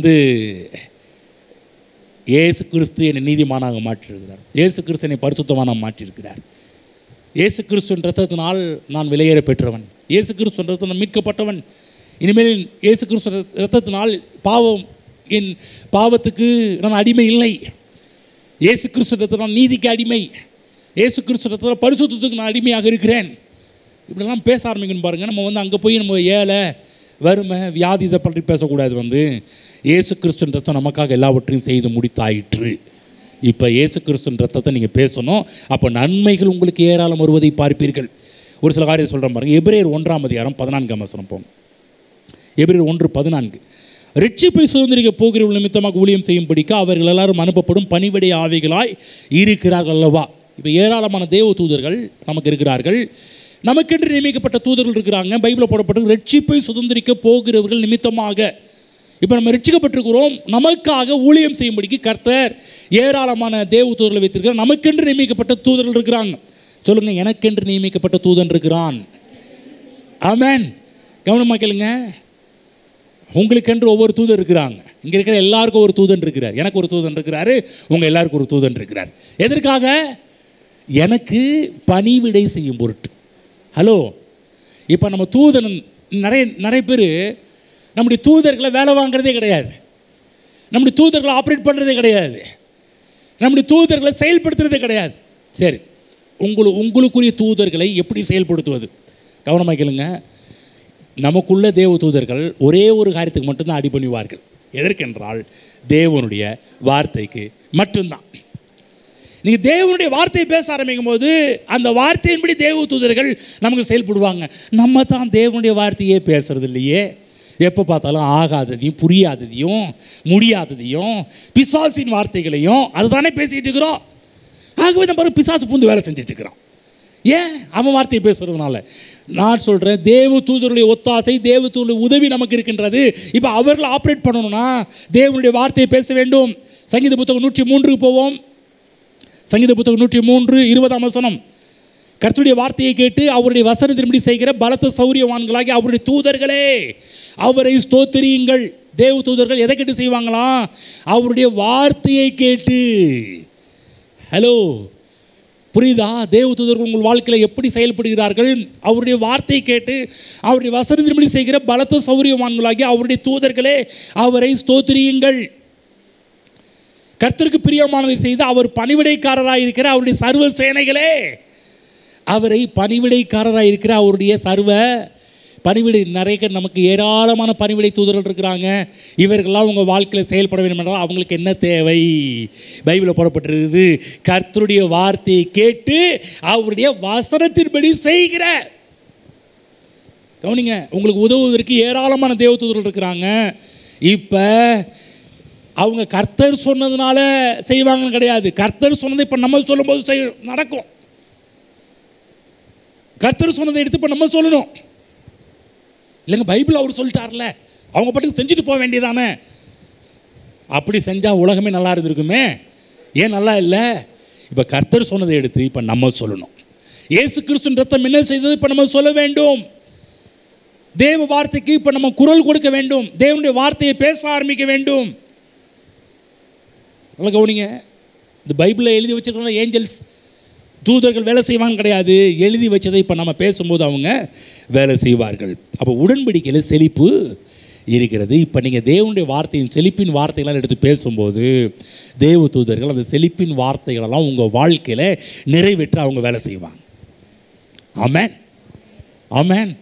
எத்தனை பேர் ஏஞ்சல்ஸ்க்கு கமாண்ட் கொடுக்க போகிறீங்க? என்ன பேசணும்? தேவனுடைய வார்த்தைகளை பேசணும். தேவனுடைய வார்த்தையை விட்டு வேறு எதனா பேசினீங்கன்னா அப்போ இன்னொருத்தன் செயல்படுவான். யார்? உங்களுக்கு ஒன்று சொல்கிறவங்க நல்லா புரிஞ்சுங்க. நீங்கள் நிறைய பேருடைய வாழ்க்கை ஏன் பிரச்சனை தெரியுங்களா? ஏன் கஷ்டம் தெரியுங்களா? ஏன் வியாதி தெரியுங்களா? ஏன் தரித்திரம் தெரியுங்களா? நீங்கள் இன்னொருத்தரை ஆப்ரேட் பண்ண விட்டுட்டீங்க. நீங்கள் அவன் வார்த்தையெல்லாம் பேசி, பிசாசுடைய வார்த்தைகள்லாம் பேசி, நீங்கள் நிறைய பேர் பாருங்கள், ஞாயிற்றுல மட்டும்தான் ஏதோ கொஞ்சம் நேரத்தில் ஆண்டுடைய வார்த்தை பேசுவாங்க. ஆனால் வெளியே போன பிற்பாடு யாருடைய வார்த்தையை அதிகமாக பேசுகிறாங்கன்னா பிசாசின் வார்த்தை பேசுகிறாங்க. இப்போ யார் அங்கே வேலை செய்கிறது? ஹலோ, நிறைய கிறிஸ்தவங்க வாழ்க்கையில் யார் வேலை செஞ்சு இன்றைக்கி அவங்க வாழ்க்கை தரித்திரமாக இருக்குன்னா பிசாசு அவங்க வாழ்க்கையில் வேலை செய்கிறதுக்கு இடத்த கொடுத்துட்டாங்க. இப்போ புரியுதா ஏன் தரித்திரமாக இருக்கிறாங்க? விசுவாசிங்க ஏன் கஷ்டத்தில் இருக்கிறாங்கன்னு தெரியுதா? விசுவாசிங்க ஏன் இன்னும் ஏழ்மையாக இருக்கிறாங்க தெரியுதா? விசுவாசிங்க ஏன் இன்னும் அவர் வச்ச இடத்துக்கு வரலன்னு தெரியுதா? அப்போ என்ன பண்ணணும்? இனி முடிவு பண்ணணும். இனிமேல் என் வாயை திறந்து பிசாசின் வார்த்தைகளை பேச மாட்டேன், அவனுக்குரிய வார்த்தைகளை பேச மாட்டேன். இனிமேல் நான் தேவனுடைய வார்த்தையை படித்து இதை தெரிந்து கொண்டு இயேசு கிறிஸ்து எனக்காக என்ன செய்தார், அவருடைய ரத்தம் எனக்காக என்ன செய்தது என்பதை இப்போ நான் என் வாயை திறந்து பேசி தேவ தூதர்களுக்கு கட்டளை கொடுக்க போகின்றேன். ஆமென். பாருங்கள், 18 வருஷம் பெரும் ஒரு கூனியான ஒரு பெண் இருந்தா பாருங்க. 18 வருஷம் கூனியாவே. யோசிச்சு, கூனினா 18 வருஷம் கூனி. இயேசு கிறிஸ்து அவளை சுகமாக்கும் போது என்ன சொல்கிறாரு? சாத்தான் 18 வருஷமாக கட்டியிருந்த இவளை இன்னைக்கு விடுதலை ஆக்கக்கூடாதா அப்படின்றார். 18 வருஷமாக கட்டி வச்சிருக்கிறார். சொல்கிறார், ஆபிரகாமின் குமாரத்தியாகிய இவள். சொல்கிறார், தேவனுக்கு தெரியும். அவர் பார்க்கும்போது வேதனைப்படுறாரு. அவருடைய மைண்டில், அவருடைய மனதில் என்ன இருக்குதுன்னா, ஆபிரகாமின் குமாரத்தி இப்படி இருக்கக்கூடாதே, ஆபிரகாமுடைய பிள்ளை இப்படி இருக்கக்கூடாதே. ஆபிரகாமின் பிள்ளை என்று சொன்னாலே தேவனுடைய மனதில் இருப்பது உடன்படிக்கை. ஆமென். அப்போ என்ன பார்க்குறாரு, ஆபிரகாமின் குமாரத்தின்னா உடன்படிக்கையின் குமாரத்தி இந்த கூண்லேயே இருக்கக்கூடாதே. நான் சொல்கிறேன், இன்றைக்கி இங்கே உட்காந்துருக்கிற உங்களை பார்த்து சொல்கிறேன், நீங்கள் கஷ்டத்தில் வாழக்கூடாது, பிரச்சனையில் வாழக்கூடாது. ஏனென்றால் நீங்கள் ஆபிரகாமின் பிள்ளைகள் மட்டுமல்ல, கிறிஸ்து இயேசுவின் உடன்படிக்கைக்கு சொந்தக்காரர்கள், புது உடன்படிக்கைக்கு உரியவர்கள், புது உடன்படிக்கையின் மக்கள். ஆகவே உடன்படிக்கை நிமித்தமாக தான் எல்லா நன்மைகளும் நமக்கு உண்டாகிறது. ஆமென். உடன்படிக்கை இல்லாமல் ஒரு நன்மையும் நமக்கு வர்றது கிடையாது. அப்போ நல்லா புரிஞ்சுக்கணும். நீங்கள் பிளான் பண்ணணும், நான் இப்படி இருக்கக்கூடாது, நான் அந்த கஷ்டத்தில் இருக்கக்கூடாது, நான் அந்த வியாதியில் இருக்கக்கூடாது, நான் தரித்திரத்தில் இருக்கக்கூடாது. ஏனென்றால் நான் ஆபிரகாமின் பிள்ளை, ஏனென்றால் புது உடன்படிக்கைக்குரிய மனிதன் நான். ஆமென். எழுந்து நிற்போம். ஆகவே எனக்கு இருக்கிற ஒவ்வொரு ஆசீர்வாதம் நடக்கணும். உங்களுக்கு உள்ள ஒரு உத்வேகம் இருக்கணும். நான் இப்படி இருக்கக்கூடாது, நான் இப்படி வாழ மாட்டேன். ஏன்னா நான் ஆபிரகாமின் பிள்ளை, உடன்படிக்கை இயேசு புதிய உடன்படிக்கைக்கு சொந்தக்காரன். நான் இப்படி இருக்க மாட்டேன். முடிவு பண்ணுங்க, எழுதி செல்லுங்க. ஹல்லேலூயா. நம்ம லாயர் சொல்கிறத சொல்லுங்கள். ஆட்டுக்குட்டியின் இரத்தத்தினாலும் தங்கள் சாட்சியின் வசனத்தினாலும் அவனை ஜெயித்தார்கள். பிசாசை ஜெயிக்கணும், பிசாசின் காரியத்தெல்லாம் ஜெயிக்கணும்னா இயேசு கிறிஸ்துவின் ரத்தம் என்ன சொன்னதோ அதை நம்ம பேசணும், வார்த்தையில் பேசணும். நீங்கள் பேசும்போது தான் தேவ தூதர்கள்லாம் உங்களுக்காக வேலை செய்ய ஆரம்பிப்பாங்க. இனிமேல் தேவையில்லாத வார்த்தைலாம் பேசிட்டு இருக்காதீங்க. இயேசு கிறிஸ்து என்ன செய்தாரோ அதை பேசுங்க. இயேசு கிறிஸ்து கல்வாரி சிலுவையில் என்ன செஞ்சாரோ அதை பேசுங்க. அது விசுவாசரிக்க படித்தோம். கிறிஸ்துவுக்குள் பாட்டும் மானும், கிறிஸ்துவுக்குள் வாழும் எனக்கு ஞாயிற்றுக்கிழமை வெற்றி உண்டு, விசேஷ நாட்களில் வெற்றி உண்டு, எப்போதும் எல்லா இடங்களிலும் வெற்றி சிறக்க பண்ணுகிறவர். இப்போ அதை பேசணும், அதை தியானிக்கணும். இனிமேல் பிசாசுக்கு உங்கள் வாழ்க்கையில் ஒர்க் அவுட் பண்ணுறதுக்கு இடத்த கொடுத்துடாதீங்க, வேலை செய்கிறதுக்கு இடத்த கொடுத்துடாதீங்க. நீங்கள் முடிவு பண்ணுங்கள், இனிமேல் என் வாயின் வார்த்தைகள் தேவ தூதர்கள் வேலை செய்வதற்கு மட்டும்தான் என் வாயின் வார்த்தைகளை பேச போகிறேன். முடிவு பண்ணுங்கள். ஹல்லேலூயா. நன்றி. முடிவு பண்ணுங்கள். நான் இப்படி இருக்கக்கூடாது ஆண்டவரே, ஆபிரகாமின் பிள்ளை, நான் இப்படி இருக்கக்கூடாது, உடன்படிக்கைக்கு உட்பட்டவன், நான் இப்படி வாழக்கூடாது, கஷ்டத்தில் இருக்கக்கூடாது. இருக்கிற ஒவ்வொருவருக்கும் அந்த ஒரு தீர்மானத்தை பண்ணணும். அந்த எண்ணங்களை உடையவர்களாக இருக்கணும். நான் இப்படி இருக்க மாட்டேன், ஒரு பிடிவாதம் அதில் வரணும். நம்ம பாருங்கள், தேவையில்லாத கருத்தில் பிடிவாதமாக இருக்கிறோம். நான் சாப்பிட மாட்டேன், தண்ணி குடிக்க மாட்டேன், நான் பேச மாட்டேன், செத்தாலும் இந்த பக்கம் தலையை வச்சு தூங்க மாட்டேன் அப்படின்னு நான் சொல்லி பிடிவாதமாக இருக்கிறோம். நான் சொல்கிறேன், இப்போ நீங்கள் பிடிவாதம் பண்ணிடணும். என்னன்னா, நான் ஆபிரகாமின் பிள்ளை, நான் உடன்படிக்கைக்கு சொந்தக்காரன், நான் இப்படி தான் இருப்பேன், நான் அப்படி இருக்க மாட்டேன். அந்த பிடிவாதம் வரணும். சொல்லுங்கள், என்ன நான் பிடிவாதம் எனக்கு வேணும். சொல்லுங்கள், பிடிவாதக்காரனாக இருக்கணும். எதில் பிடிவாதக்காரனாக இருக்கணும்? நான் ஆபிரகாமின் பிள்ளையா, உடன்படிக்கையின் பிள்ளை, நான் இப்படி இருக்க மாட்டேன், நான் இப்படி தான் இருப்பேன். என் தேவன் சொல்லியிருக்கிறார், என் தேவன் விரும்புகிறார். அதற்கு தான் இயேசு கிறிஸ்து கல்வாரி சிலுவையில் எனக்காக ரத்தம் சிந்திருக்கிறாரு. நான் இப்படி தான் இருப்பேன், நான் இப்படி இருக்க மாட்டேன். நான் சொல்கிறேன், ஆண்டவர் உங்களை பார்க்கும்போது கூட அதான் ஃபீல் பண்ணுறாரு. நீ இப்படி இருக்கலாமாப்பா, நீ உடன்படிக்கையின் பிள்ளையாச்சே, நீ ஆபிரகாமின் பிள்ளையாச்சே, நீ இப்படி இருக்கலாமா? நீ இப்படி இருக்கக்கூடாது. பக்கத்தில் சொல்லுங்கள், பக்கத்தில் சொல்லுங்கள், நீங்கள் இப்படி இருக்கக்கூடாதுங்க, நீங்கள் கஷ்டத்தில் இருக்கக்கூடாதுங்க, நீங்கள் பிரச்சனையில் இருக்கக்கூடாதுங்க, நீங்கள் வியாதியில் இருக்கக்கூடாதுங்க, நீங்கள் தரித்திரத்தில் இருக்கக்கூடாதுங்க, நீங்கள் ஓட்டாண்டியாக இருக்கக்கூடாதுங்க. உடன்படிக்கையின் பிள்ளைகளைப் போல இந்த பூமியில் வாழ வேண்டும். ஆமென். ஒவ்வொருவரும் பிளான் பண்ணணும், தீர்மானம் பண்ணணும். இந்த பூமியில் வாழ்ந்தா நான் ஆபிரகாமின் பிள்ளையை போல தான் வாழ்வேன். ஆமென். அதே பேசுங்க. ஜெபம் செய்வோம். பிதாவாகிய தேவனே, கர்த்தராகிய இயேசுவின் நாமத்தில் நம்முடைய சமூகத்தில் இருக்கிறோம். ஆண்டவரே, எங்கள் வாழ்க்கையிலே உங்களுடைய உடன்படிக்கையை உறுதிப்படுத்த வேண்டும் என்று சொல்லி ஐஸ்வர்யத்தை சம்பாதிப்பதற்கு பலனை கொடுக்கிறீர். அதற்காக நன்றி செலுத்துகிறோம்.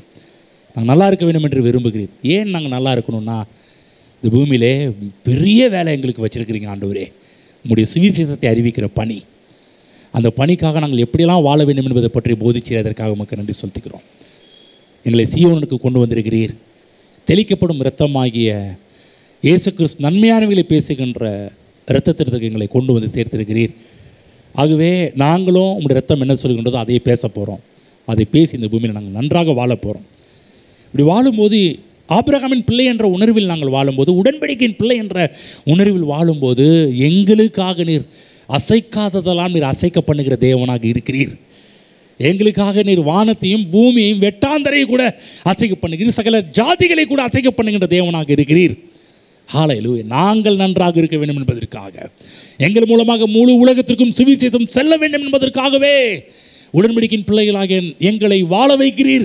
அதற்காக உமக்கு நன்றி செலுத்துகிறோம். இந்த பூமியில் இங்கே இருக்கிற ஒவ்வொரு பிள்ளைகளும் வாழ்ந்து சுகித்திருக்கட்டும், நல்ல நாட்களை தொடர்ந்து பார்க்கட்டும் கர்த்தாவே. வர வர விருத்தி அடையட்டும் கர்த்தாவே, முன்னேறட்டும் கர்த்தாவே. ஹல்லேலூயா. இங்கே இருக்கிற யாரும் ஓட்டாண்டியாக இருக்கக்கூடாது, யாரும் எந்த இடத்துலையும் ஒரு காரியத்துக்கு போய் நிற்கக்கூடாது. ஆண்டவரே, உங்களுடைய பிள்ளைகளை தேடி எல்லாம் வருவதாக. ஹல்லேலூயா, ஹல்லேலூயா. நன்றி செலுத்துகிறோம் கர்த்தாவே, நன்றி செலுத்துகிறோம் கர்த்தாவே.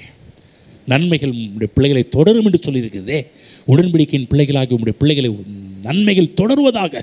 பரிபூர்ண நன்மை இவருடைய எல்லா காரியத்திலும் நீர் உண்டாகும்படி கட்டளை இட்டிருக்கிறீரே, அதற்காக உங்களுக்கு நன்றி செலுத்துகிறோம். எல்லா நன்மைகளும் உடைய பிள்ளைகள் பார்க்கட்டும். இப்பொழுது இருக்கிறதை பார்க்கலாம் 1000 மடங்கு எல்லா காரியத்திலும் பெருகட்டும் கர்த்தாவே. உடன்படிக்கையின் பிள்ளைனா இப்படி தான் வாழ வேண்டும் என்பதை உங்களுடைய பிள்ளைகளுக்கு, உங்களுடைய பிள்ளைகளுடைய வாழ்விலே நீர் அதை எல்லாவற்றையும் நிறைவேற்றப் போகிறதுக்காக உமக்கு நன்றி செலுத்துகிறோம். கல்வாரியில் நிறைவேற்றி விட்டீர். அதை இப்போ வாயின் வார்த்தைகள் மூலமாக அறிக்கை செய்து அதை எங்கள் வாழ்க்கையில் டிக்ளேர் பண்ணுறோம் ஆண்டவரே. எங்கள் வாழ்க்கையில் அதை பிரகடனப்படுத்துகிறோம் கர்த்தாவே.